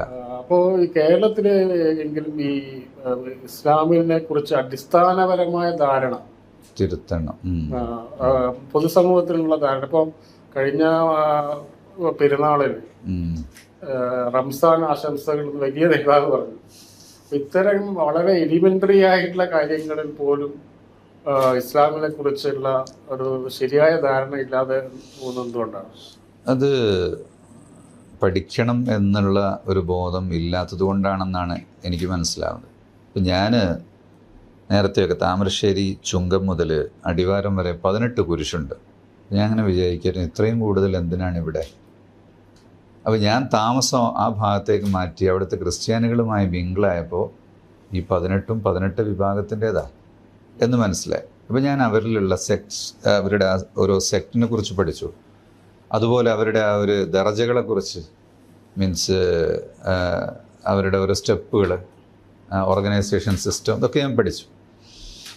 തെക്കോട്ട് വന്നാൽ, പ്രത്യേകിച്ച് ഈ കിഴക്കൻ ക്രിസ്ത്യൻ മേഖലയിലേക്ക് വന്നാൽ അവർക്കിതുപോലെ മുസ്ലിങ്ങളെ കുറിച്ചൊന്നും അറിയില്ല. ഒരു ബിഷപ്പുമായിട്ട് ഞാൻ സംസാരിച്ച ഒരിക്കലേ മുസ്ലിങ്ങൾക്കിടയിലും ക്രിസ്ത്യാനികൾക്കിടയിലുള്ള അകൽച്ച ഉണ്ടാക്കാനുള്ള വലിയൊരു ശ്രമമുണ്ടല്ലോ. അപ്പോൾ എൻ്റെ ഒരു ഫ്രണ്ട് ബിഷപ്പുമായിട്ട് ഇങ്ങനെ ഒരിക്കൽ സംസാരിച്ചപ്പോൾ അദ്ദേഹത്തിൻ്റെ കൂടെ വേറെ ആളുണ്ട്. ഹലാലിനെ കുറിച്ചും മറ്റ് അതുപോലെയുള്ള വിഷയങ്ങളൊക്കെ ഞങ്ങൾ സംസാരിച്ചു. അദ്ദേഹം അന്ന് ഒരു സംഘടനയുടെ പേര് പറഞ്ഞു, അവർ തിരക്കേടില്ല, അവർ വളരെ എപ്പോഴും നല്ല, അവരേതാന്ന് പറഞ്ഞാൽ ഏറ്റവും കൂടുതൽ ഇവിടെ പ്രശ്നങ്ങൾ ഉണ്ടാക്കുന്ന ആളുകളാണ്. അങ്ങനെ ഈ കാര്യങ്ങൾ മനസ്സിലാകാതെ സംസാരിക്കുന്ന ഒരു രീതിയുണ്ട്. അപ്പോൾ നമ്മുടെ നാട്ടിൽ ജീവിക്കുന്ന നാട്ടിലുള്ള മതങ്ങളെക്കുറിച്ചും അവരുടെ ആചാരങ്ങളെക്കുറിച്ചും അവരുപയോഗിക്കുന്ന വാക്കുകളെക്കുറിച്ചും മറ്റൊക്കെയുള്ള ഒരു അറിവ് നമുക്ക് ഉണ്ടാകണം. ഇപ്പൊ പറഞ്ഞല്ലോ ഈ ക്രിസ്ത്യാനികൾക്കും മുസ്ലിങ്ങൾക്കും ഇടയിലുള്ള അകൽച്ച ഉണ്ടാക്കാനുള്ള ശ്രമങ്ങളുടെ കാര്യം. ഈ നാർക്കോട്ടിക് ജിഹാദ്, ലവ് ജിഹാദ് എന്നൊക്കെ പറഞ്ഞിട്ടുള്ള സ്റ്റേറ്റ്മെന്റ്സ് ഒരു സമയത്ത് വന്നു. അതുപോലെ ഹലാൽ റെസ്റ്റോറൻറ്റ്സിൽ ഭക്ഷണം കഴിക്കാൻ പാടില്ല, അങ്ങനെയും വന്നു. അതിന്റെ പിന്നിലൊരു രാഷ്ട്രീയ അജണ്ടയും ഉണ്ട്. അതിനോടുള്ള പ്രതികരണം എങ്ങനെയാണ്? അതൊക്കെ ഇസ്ലാമിനെ കുറിച്ച് ആളുകൾക്ക് കൂടുതൽ അറിയാനും പഠിക്കാനുമുള്ള അവസരങ്ങളാണെന്നാണ് നമ്മൾ മനസ്സിലാക്കുന്നത്. അപ്പോൾ അങ്ങനെ ഒരു വിവാദം ഉണ്ടാകുമ്പോൾ എന്താണ് ഹലാൽ എന്നെല്ലാവരും ഒന്ന് ചോദിക്കും, പഠിക്കും. ഓ ഹലാൽ ഇതാണല്ലേ, കുഴപ്പമില്ല എന്ന് പറയും. ഇങ്ങനൊരു വിവാദം ഉണ്ടായിട്ടില്ലെങ്കിൽ ആരാണ് ഇതിനെക്കുറിച്ച് പഠിക്കുക? എവിടെയാണോ വിവാദം ഉണ്ടായിട്ടുള്ളത് അവിടെയാണ് ഇസ്ലാം വളർന്നിട്ടുള്ളത്. ഇന്ത്യയിൽ ഏറ്റവും കൂടുതൽ ഇസ്ലാമിലേക്ക് ആളുകൾ വന്നത് നമ്മൾ കേരളത്തിൽ രജിസ്റ്റർ ചെയ്ത സമയം നോക്കിയാൽ ബാബരി മസ്ജിദ് തകർത്ത വർഷമാണ്. അതുപോലെ ഡെൻമാർക്കിൽ ഈ കാരിക്കേച്ചർ ഉണ്ടാക്കിയ സമയത്താണ് യൂറോപ്പിൽ ഏറ്റവും കൂടുതൽ ഇസ്ലാമിലേക്ക് ആളുകൾ വന്നത്. റീസെൻ്റ്ലി ഇപ്പം ഞാൻ പറയുന്നത് ഈ ഗാസയിൽ പ്രശ്നങ്ങളുണ്ടായതിനു ശേഷം യൂറോപ്പിൽ ധാരാളം ആളുകൾ ഇസ്ലാമിലേക്ക് വരുന്നു.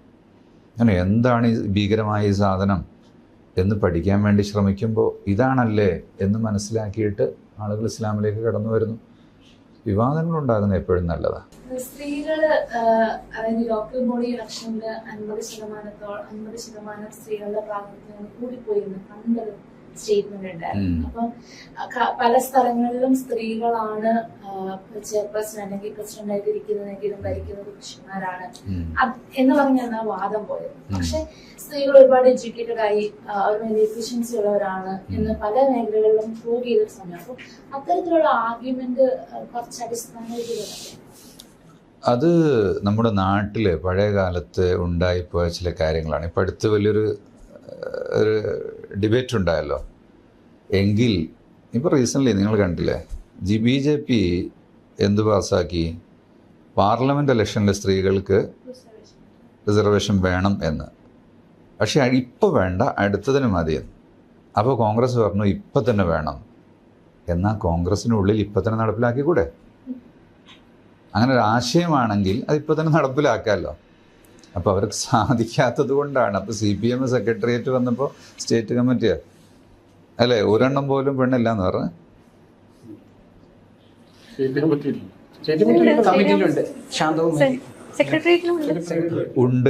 ഉണ്ട് എന്ന് എണ്ണി പറയാനായി അതാണ് ഞാൻ ചോദിച്ചത്.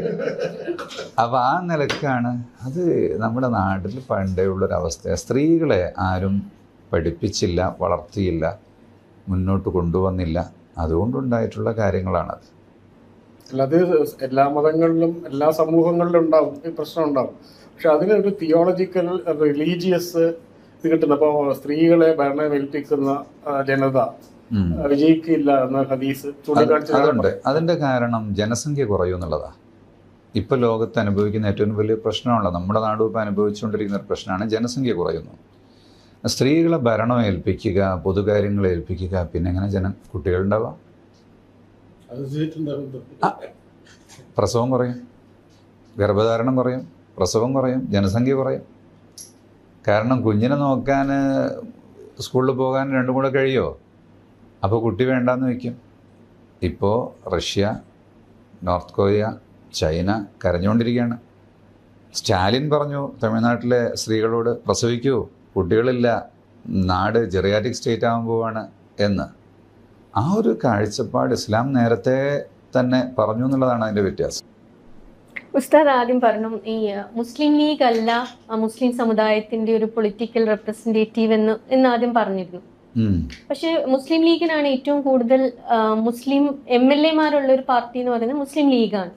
ഇപ്പൊ ഈ ഒരു ഏകദേശം 10 വർഷമായിട്ട് ലീഗ് ഭരണത്തിലില്ല. അതുകൊണ്ട് ലീഗ് ഭരണത്തിൽ ഇല്ലാത്തത് കൊണ്ട് മുസ്ലിം സമുദായത്തിന് എന്തെങ്കിലും നഷ്ടങ്ങളോ കഷ്ടങ്ങളോ ഉണ്ടായിട്ടുള്ളതായിട്ട് തോന്നിയിട്ടുണ്ടോ? മുസ്ലിം സമുദായത്തിന് കേരളത്തിൽ പൊതുവെ രാഷ്ട്രീയത്തിൽ നിന്നും ഭരണകൂടത്തിൽ നിന്നും പ്രത്യേകമായ ഒന്നും കിട്ടുന്നില്ല എന്നുള്ളതാണ് സത്യം. അതിവിടെ ബജറ്റ് ഇല്ലാത്തതോ ഞാൻ കൂടുതൽ പഠിച്ചിട്ടില്ല. ബജറ്റിൻ്റെ കുറവാണോന്നും അറിയില്ല. കർണാടകയിലൊക്കെ കർണാടക മൈനോറിറ്റി ഡിപ്പാർട്ട്മെൻറ്റ്, അതുപോലെ വഖഫ് ബോർഡ് ഒക്കെ യഥേഷ്ടം ഫണ്ടുകൾ അനുവദിക്കുകയും ധാരാളമായ വികസനങ്ങൾ നടക്കുകയും ചെയ്യുന്നുണ്ട്. കേരളത്തിൽ ഇനി ഏത് ഗവൺമെന്റ് ആയാലും അങ്ങനെ പ്രത്യേകിച്ചൊന്നും മുസ്ലിങ്ങൾക്ക് കിട്ടുന്നില്ല. ഗവൺമെന്റിന് ലീഗ് ഭരിക്കുമ്പോഴും അങ്ങനെ തന്നെയാണോ? ലീഗ് ഭരിക്കുന്നത് കൊണ്ടാണ് കിട്ടാത്തതെന്ന് എനിക്ക് തോന്നുന്നത്. കാരണം ആന്ധ്രാപ്രദേശിൽ 11% മുസ്ലിങ്ങളുള്ള സ്ഥലത്ത് ഗവൺമെൻറ് ജോബിൽ 10% മുസ്ലിങ്ങളുടെ റെപ്രസെൻറ്റേഷൻ ഉണ്ട്. കേരളത്തിൽ 30% മുസ്ലിങ്ങളുണ്ടെങ്കിൽ അതിൻ്റെ പകുതിയും ഇല്ല. ലീഗ് കൊണ്ട് അങ്ങനെ മുസ്ലിങ്ങൾക്ക് പ്രത്യേകമായൊരു നേട്ടമൊന്നുമില്ല. ഇവിടെ ഇപ്പോൾ വിദ്യാഭ്യാസവും മറ്റു കാര്യങ്ങളൊക്കെ സമസ്ത ഉണ്ടാക്കിയതാണല്ലോ. അതുപോലെ MES പോലുള്ള സംഘടനകൾ ഉണ്ടാക്കിയതാണല്ലോ. ലീഗ് ഭരിച്ചതുകൊണ്ട് എന്താ പ്രത്യേകിച്ചുണ്ടായിരുന്നു? പക്ഷേ ഒരു തുടങ്ങിയ കാലത്ത്, ആദ്യകാലത്തൊക്കെ ഒരു സാമുദായിക പാർട്ടി എന്ന നിലക്ക് ലീഗ് നിലനിന്നിരുന്നു. അതുകൊണ്ടാണ് ലീഗ് എന്ന് പറഞ്ഞാൽ മുസ്ലിങ്ങളാണ്, മുസ്ലിങ്ങൾ എന്ന് പറഞ്ഞാൽ ലീഗാണ് എന്നുള്ളൊരു ധാരണ പൊതുവെ പരന്നുപോയത്. മതസംഘടനകൾക്ക് ഈ രാഷ്ട്രീയ സ്ഥാനങ്ങളുടെ അടിമയാവേണ്ടതില്ല എന്നൊരു ഡിക്ലറേഷനാണല്ലോ 89 ഈ പിളർന്നുണ്ടായത്. അപ്പൊ അതിനുശേഷം സ്വന്തമായ അസ്തിത്വം ഉണ്ടായിരുന്നത്. അപ്പോൾ മറുവിഭാഗത്തിലെ ലീഗിനെ ആശ്രയിച്ചിട്ടാണോ, അല്ലെങ്കിൽ ഇപ്പോഴുള്ള പ്രശ്നങ്ങൾ, ഇപ്പൊ അത് പറയുന്നതിൽ ഒരുപാട് പ്രശ്നങ്ങളുണ്ടാവും, റിസർവേഷൻ ഉണ്ടാവും, എങ്കിലും VK സമസ്തയുടെ ഇപ്പോൾ കാണുന്ന ഈ ചെറിയ ചെറിയ പ്രശ്നങ്ങൾ കാരണം ഈ രാഷ്ട്രീയ വിധേയത്വമാണോ, എന്താണ് അതിന് കാരണം? അത് കൂടുതൽ പഠിക്കേണ്ടതാണ് ആവശ്യം. മുസ്ലിം ലീഗിൻ്റെ നേതൃത്വം ഒരു നേരത്തെ കൊടുത്തതുപോലുള്ളൊരു ഇമ്പോർട്ടൻസ് EK സമസ്തക്ക് കൊടുക്കാത്തതാണോ, അല്ലെങ്കിൽ EK സമസ്ത ഒന്നുകൂടെ സ്വതന്ത്രമായി നിലപാടുകൾ എടുക്കാൻ തുടങ്ങിയതാണോ എന്നുള്ളൊരു കാര്യമാണ് അതിൽ പരിശോധിക്കേണ്ടത്. എന്തായിരുന്നാലും മതസംഘടനകൾ ഏതെങ്കിലും രാഷ്ട്രീയ പാർട്ടിയുടെ സ്വന്തം വാലാകുന്ന രീതി നല്ലതല്ല. പലരും ചർച്ചയിലൊക്കെ സോഷ്യൽ മീഡിയയിലൊക്കെ പറയുന്നത് 89 കാന്തപുരം എടുത്ത നിലപാടായിരുന്നു ശരി എന്ന് ഈ കാലഘട്ടം തെളിയിക്കുന്നതെന്നൊക്കെയാണ്. അതിന് സോഷ്യൽ മീഡിയക്കാരല്ലാത്ത മീഡിയക്കാരും അതിനെക്കുറിച്ച് എന്തെങ്കിലും പറയട്ടെ. ഞാനപ്പോ അതിനെക്കുറിച്ചൊന്നും പറയുന്നില്ല. അതിന്റെ ഒരു തുടർ ചോദ്യമാണ്. ഇപ്പൊ നമ്മളിപ്പോ മലബാറിന് പുറത്തുള്ളവർക്ക് സമസ്ത എന്നൊരു വാക്കൊക്കെ നമ്മൾ വളരെ അടുത്താണ് കേട്ടു തുടങ്ങിയത്, ചർച്ചകളിൽ വന്നു തുടങ്ങിയത്. അതും ഇപ്പൊ പ്രശാന്തേട്ടൻ പറഞ്ഞ പോലെ സമസ്തയ്ക്ക് സ്വന്തമായ ഒരു വ്യക്തിത്വം ഉണ്ടെന്ന് നമ്മൾ തിരിച്ചറിയുന്നതും വളരെ അടുത്ത കാലത്താണ്. ശരിയാണ്. അപ്പൊ അങ്ങനെ ഒരു സ്വന്തം വ്യക്തിത്വത്തോടു കൂടി മുന്നോട്ട് പോകേണ്ട ഒരു സംഘടന തന്നെയല്ലേ സമസ്ത? തീർച്ചയായും സമസ്ത സ്വന്തമായി തന്നെ നിൽക്കേണ്ടത്. കാരണം അത് പണ്ഡിതന്മാരാണ്. മതത്തിൻ്റെ ആധികാരികമായ ശബ്ദം പണ്ഡിതന്മാരുടേതാണ്. അതവർ തന്നെയാണ് പറയേണ്ടത്. അതിൻ്റെ കീഴിലാണ് മറ്റെല്ലാ സംഘടനകളും വരുന്നത്. ഇനി മുസ്ലിം ലീഗും സമസ്തയും ഒന്നാണെന്നുള്ളൊരു രീതിയിൽ പ്രവർത്തനവും ചിന്താഗതിയും ഒക്കെ ഉണ്ടാകാനുള്ള സാഹചര്യം എന്തായിരുന്നു? അല്ല, അത് പഴയ കാലത്ത് മുസ്ലിം ലീഗിൽ കൂടുതലും സുന്നികൾ ഉണ്ടായിരുന്നത് കൊണ്ടും ഈ സമസ്തയോട് ചേർന്ന് നിന്നുകൊണ്ട് പ്രവർത്തിക്കുന്നവർ മാത്രമായതുകൊണ്ടോ ഒക്കെ അങ്ങനെ വളർന്നു വന്നൊരു കാര്യമായിരിക്കാം. അധ്യക്ഷ സ്ഥാനത്തൊക്കെ സുന്നികൾ തന്നെയാണല്ലോ എല്ലാ കാലത്തും ഉണ്ടായിട്ടുള്ളത്. ലീഗിൽ അങ്ങനെയൊക്കെയുള്ളൊരു തോന്നൽ ആദ്യകാലത്ത് ഉണ്ടായിട്ടുണ്ട്, സുന്നി അല്ലാത്തവരുണ്ടായിട്ടുണ്ട്. ഈ മുസ്ലിം ലീഗിൽ നേതൃത്വത്തിലോ അണികളിലൊക്കെ ഈ വഹാബി സ്വാധീനം എത്രത്തോളം ഉണ്ട്, അതാണൊരു ഘടകം എന്ന് പറയുന്നത് ശരിയാണോ? വഹാബികൾ പണ്ടേ രാഷ്ട്രീയത്തിൻ്റെ ആളുകളാണ്. അപ്പോൾ ഏത് നാട്ടിലും അവർ രാഷ്ട്രീയത്തിൽ കയറി കൂടാൻ വേണ്ടി നന്നായി ശ്രമിക്കും. സൗദി അറേബ്യയിലും അത് തന്നെയാണല്ലോ ചെയ്തിട്ടുണ്ടായിരുന്നത്. അതിപ്പോൾ ചെറിയ സ്ഥലങ്ങളിലാണെങ്കിൽ പോലും സുന്നി സമൂഹം പൊതുവെ പഴയ കാലത്ത് അത്തരം വിഷയങ്ങളിലേക്കൊന്നും തീരെ കടന്നു വരില്ല. അവരവരുടെ മതവും ദീനും കൃഷിയും അതുമായി മാത്രം നിൽക്കുമായിരുന്നു. എന്നാൽ രാഷ്ട്രീയത്തിൽ നല്ല ഇൻവോൾവ്മെൻറ്റ് ഇൻ്റർഫിയറൻസും നടത്താൻ തുടങ്ങി സുന്നി സംഘടനകൾ. കക്ഷി രാഷ്ട്രീയമില്ല, രാഷ്ട്രീയമുണ്ട് എന്ന അവസ്ഥയിലേക്ക് വന്നു. അതിനതിൻ്റേതായ നേട്ടവും ഉണ്ടായിട്ടുണ്ട്, സമൂഹത്തിനുണ്ടായിട്ടുണ്ട്. ഈ കെ സമസ്തയെ നമ്മൾ ലീഗുമായിട്ട് നമ്മളെന്നും ചേർത്ത് പറയുമ്പോൾ AP സമസ്തയെ ഒരു പരിധിവരെ ചിലരൊക്കെ അരിവാൾ സുന്നികളെന്ന് വരെ പറയുന്ന അവസ്ഥകൾ പലതും പറയാറുണ്ട്.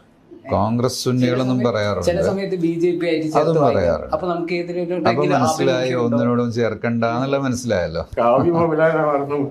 അതെ, ആഭിമുഖ്യം ഉണ്ടോ അല്ലെങ്കിൽ ആരോടെങ്കിലും ഏതെങ്കിലും ഒന്നിനുണ്ടെങ്കിലും മാറ്റി പറയൂലത്. ഇതിങ്ങനെ ഓരോ സമയത്തും മാറ്റി മാറ്റി പറയുന്നത് തന്നെ ഇവർക്ക് അങ്ങനെ പ്രത്യേക ആരോടും ഇല്ല എന്നതിന്റെ ഒരു അടയാളാണ് അത്. പക്ഷേ പൊളിറ്റിക്കൽ റെപ്രസെന്റേഷൻ ഉള്ളത് നല്ലതല്ലേ? റെപ്രസെന്റേഷൻ ഉണ്ട്, കൊടുക്കുന്നു എന്നതിന് അപ്പുറം അത് പിന്തുണ കിട്ടുന്നവർക്കറിയാം ഞങ്ങൾക്ക് പിന്തുണ കിട്ടിയിട്ടുണ്ട് എന്ന് ഓരോ സമയത്ത്.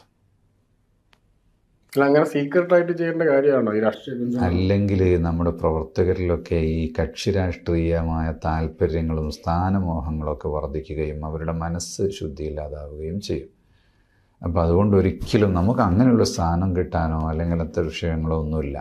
നമ്മൾ പരിമിതമായ രാഷ്ട്രീയ ആവശ്യങ്ങൾക്ക് വേണ്ടി മാത്രം സമീപിക്കുന്നു, പൊതുവായ രാഷ്ട്രീയ താല്പര്യങ്ങൾക്ക് വേണ്ടി നമ്മൾ പിന്തുണയ്ക്കുന്നു എന്നതിലൊതുങ്ങി നിൽക്കും. അപ്പൊ ഈ തീരുമാനങ്ങളൊക്കെ താഴെ തട്ടിലേക്ക് എങ്ങനെ എത്തിക്കാൻ കഴിയും? ഇല്ലെങ്കിൽ നല്ല നെറ്റ്വർക്ക്, സംഘടനാ നെറ്റ്വർക്ക് അതല്ലേ. ഇപ്പോൾ SYS 2 ലക്ഷം മെമ്പേഴ്സ് ഉണ്ട്. അപ്പോൾ SYS ഇന്നൊരു തീരുമാനം എടുത്താൽ ഇപ്പോഴത്തെ കാലത്ത് 10 മിനിറ്റ് കൊണ്ട് എത്തും. പഴയ കാലത്താണ് 3 ദിവസം കൊണ്ട് യൂണിറ്റിലെത്തുക. വരും വ്യക്തമായ രാഷ്ട്രീയത്തിൽ തന്നെ നമ്മൾ 49,000 ഓഫീസ് ബെയറേഴ്സിൻ്റെ SYSന് മാത്രം. അപ്പോൾ അവരാഴ്ചയിൽ മീറ്റിംഗ് ചേരുന്നുണ്ട്. ഇപ്പൊ LDF പിന്നെ മൂന്നാമതും വരും എന്നുള്ളൊരു നെറേറ്റീവ് പൊതുവെ കേൾക്കുന്നുണ്ട്. അങ്ങനെ തിരിച്ചു ഇനിയും ഈ ഒരു തുടർച്ച ഉണ്ടാവുന്നത് നല്ലതാണോ? അത് അതിന്റെ സമീപത്ത് ആകുമ്പോഴേ പറയാൻ പറ്റുള്ളൂ. നെറേറ്റീവ് ഒക്കെ ഓരോ ദിവസവും മാറിക്കൊണ്ടിരിക്കുക. അല്ല, SNDP വെള്ളാപ്പള്ളിയൊക്കെ ആശംസിച്ച പോലെ നമ്മൾക്ക് ഇവർ വരണം എന്നുണ്ടോ? അല്ലെങ്കിൽ അത് പറയാത്തതാണല്ലോ ഞങ്ങളുടെ പ്രത്യേകത. ഞങ്ങളതൊരു കാലത്തും പറയില്ല. ഞങ്ങൾക്ക് അതിനെക്കുറിച്ചുള്ള വ്യക്തമായ പഠനം ഉണ്ടാകും. ഞങ്ങൾക്ക് പൊളിറ്റിക്കൽ അഫയേഴ്സ് കമ്മിറ്റി ഉണ്ട്, അതിനുള്ള റിസർച്ചുണ്ട്, തീരുമാനങ്ങളുണ്ട്. അത് അതിൻ്റെ വഴിക്ക് നടക്കും. പിണറായി വിജയൻ എന്ന വ്യക്തിയെ, ഒരു മുഖ്യമന്ത്രിയെ താങ്കൾ എങ്ങനെ വിലയിരുത്തുന്നത്?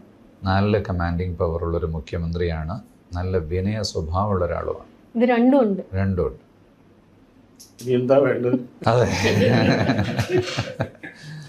ഈ വഹാബിസം അവർ പൊളിറ്റിക്സിൽ ഇത് ചെയ്യുന്നു, അതാണ് മുസ്ലിം ലീഗിൽ അല്ലെങ്കിൽ പല സ്ഥലങ്ങളിൽ ഒരു പ്രശ്നം പറയും. അതുപോലെ തന്നെ ഹിന്ദു സമൂഹത്തിൽ അങ്ങനെ ഈ റിലീജിയൻ രാഷ്ട്രീയത്തിലേക്ക് വരുന്ന ഒരു ട്രെൻഡ് ഈ അടുത്തായിട്ട് കൂടി വരുന്നത് അതൊരു ഡേഞ്ചറാണോ?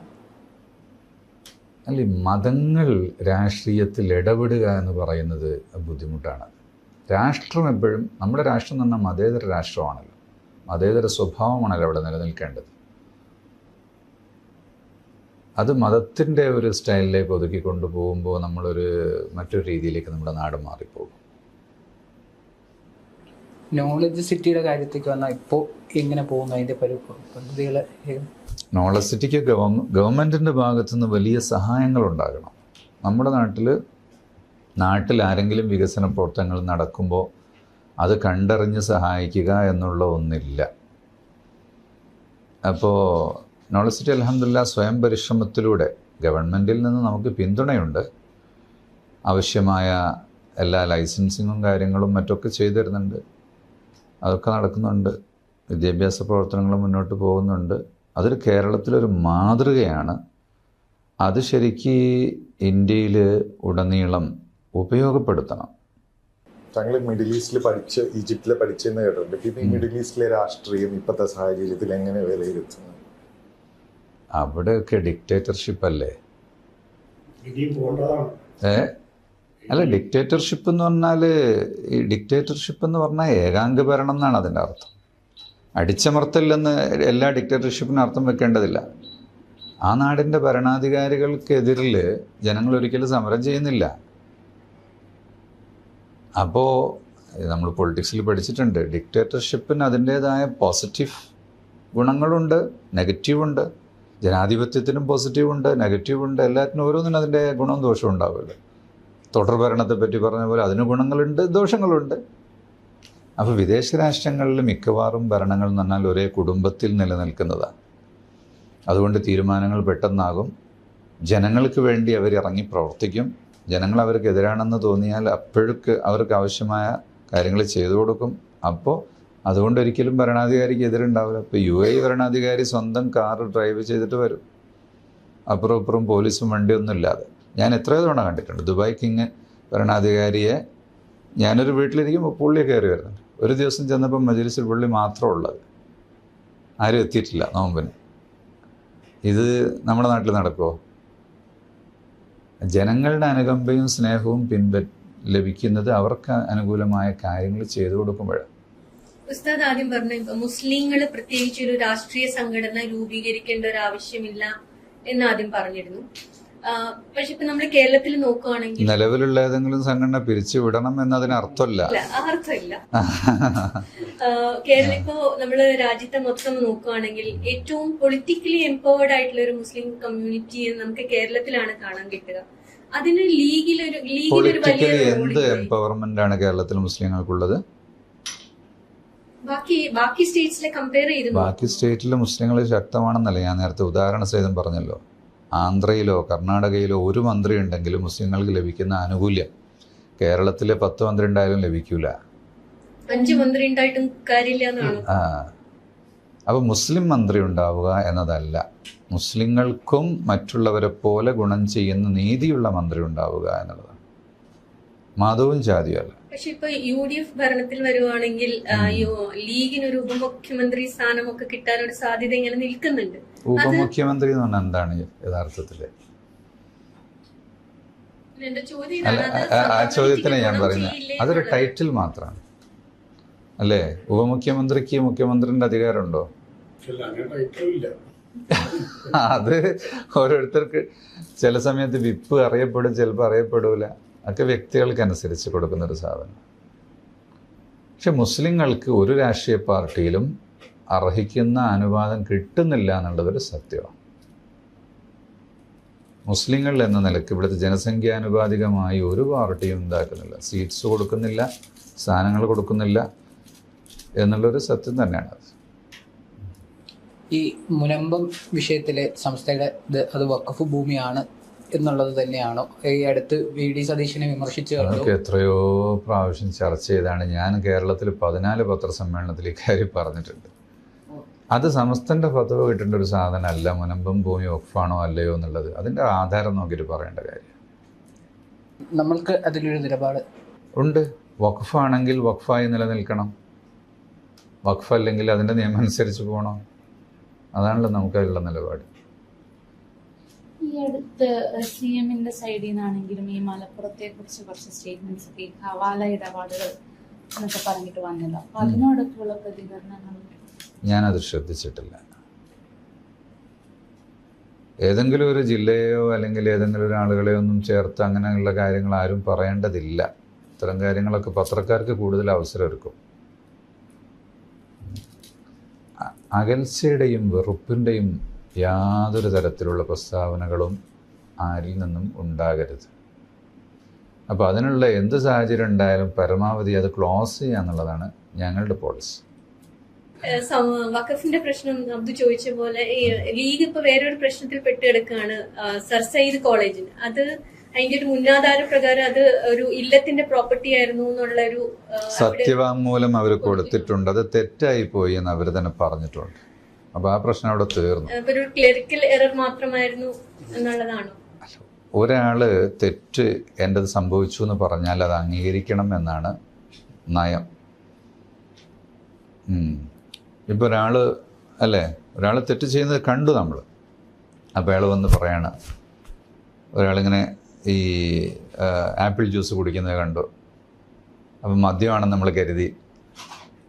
പിന്നീട് അയാൾ എന്നെ പറഞ്ഞു അത് ഞാൻ ആപ്പിളായിരുന്നു കുടിച്ചതെന്ന് പറഞ്ഞാൽ ഒറിജിനൽ മദ്യമാണെങ്കിലും ഒരാൾ തെറ്റുവന്ന് സമ്മതിക്കുമ്പോൾ പിന്നെ അതിൻ്റെ മുകളിൽ കടന്നു കയറാൻ പാടില്ല. കാരണം അതൊരു അവസരമാണല്ലോ. ഇപ്പോ നിലമ്പൂര് ബൈ ഇലക്ഷൻ വരെയാണ്. അവിടെ സമസ്തയ്ക്ക് വലിയ പ്രാതിനിധ്യമുള്ളൊരു മണ്ഡലമാണ്. അവിടുത്തെ ഒരു രാഷ്ട്രീയ സാഹചര്യത്തെ എങ്ങനെയാണ് നോക്കുക? ഇലക്ഷൻ പ്രഖ്യാപിക്കട്ടെ, പ്രഖ്യാപിച്ചു കഴിഞ്ഞാൽ അപ്പോൾ ഞങ്ങൾ തീരുമാനം പറയാം. സമസ്തയ്ക്ക് അവിടുത്തെ വിജയത്തെ ഇൻഫ്ലുവൻസ് ചെയ്യാൻ പറ്റുന്ന തീർച്ചയായും ശക്തിയുണ്ട്. ഉണ്ട്.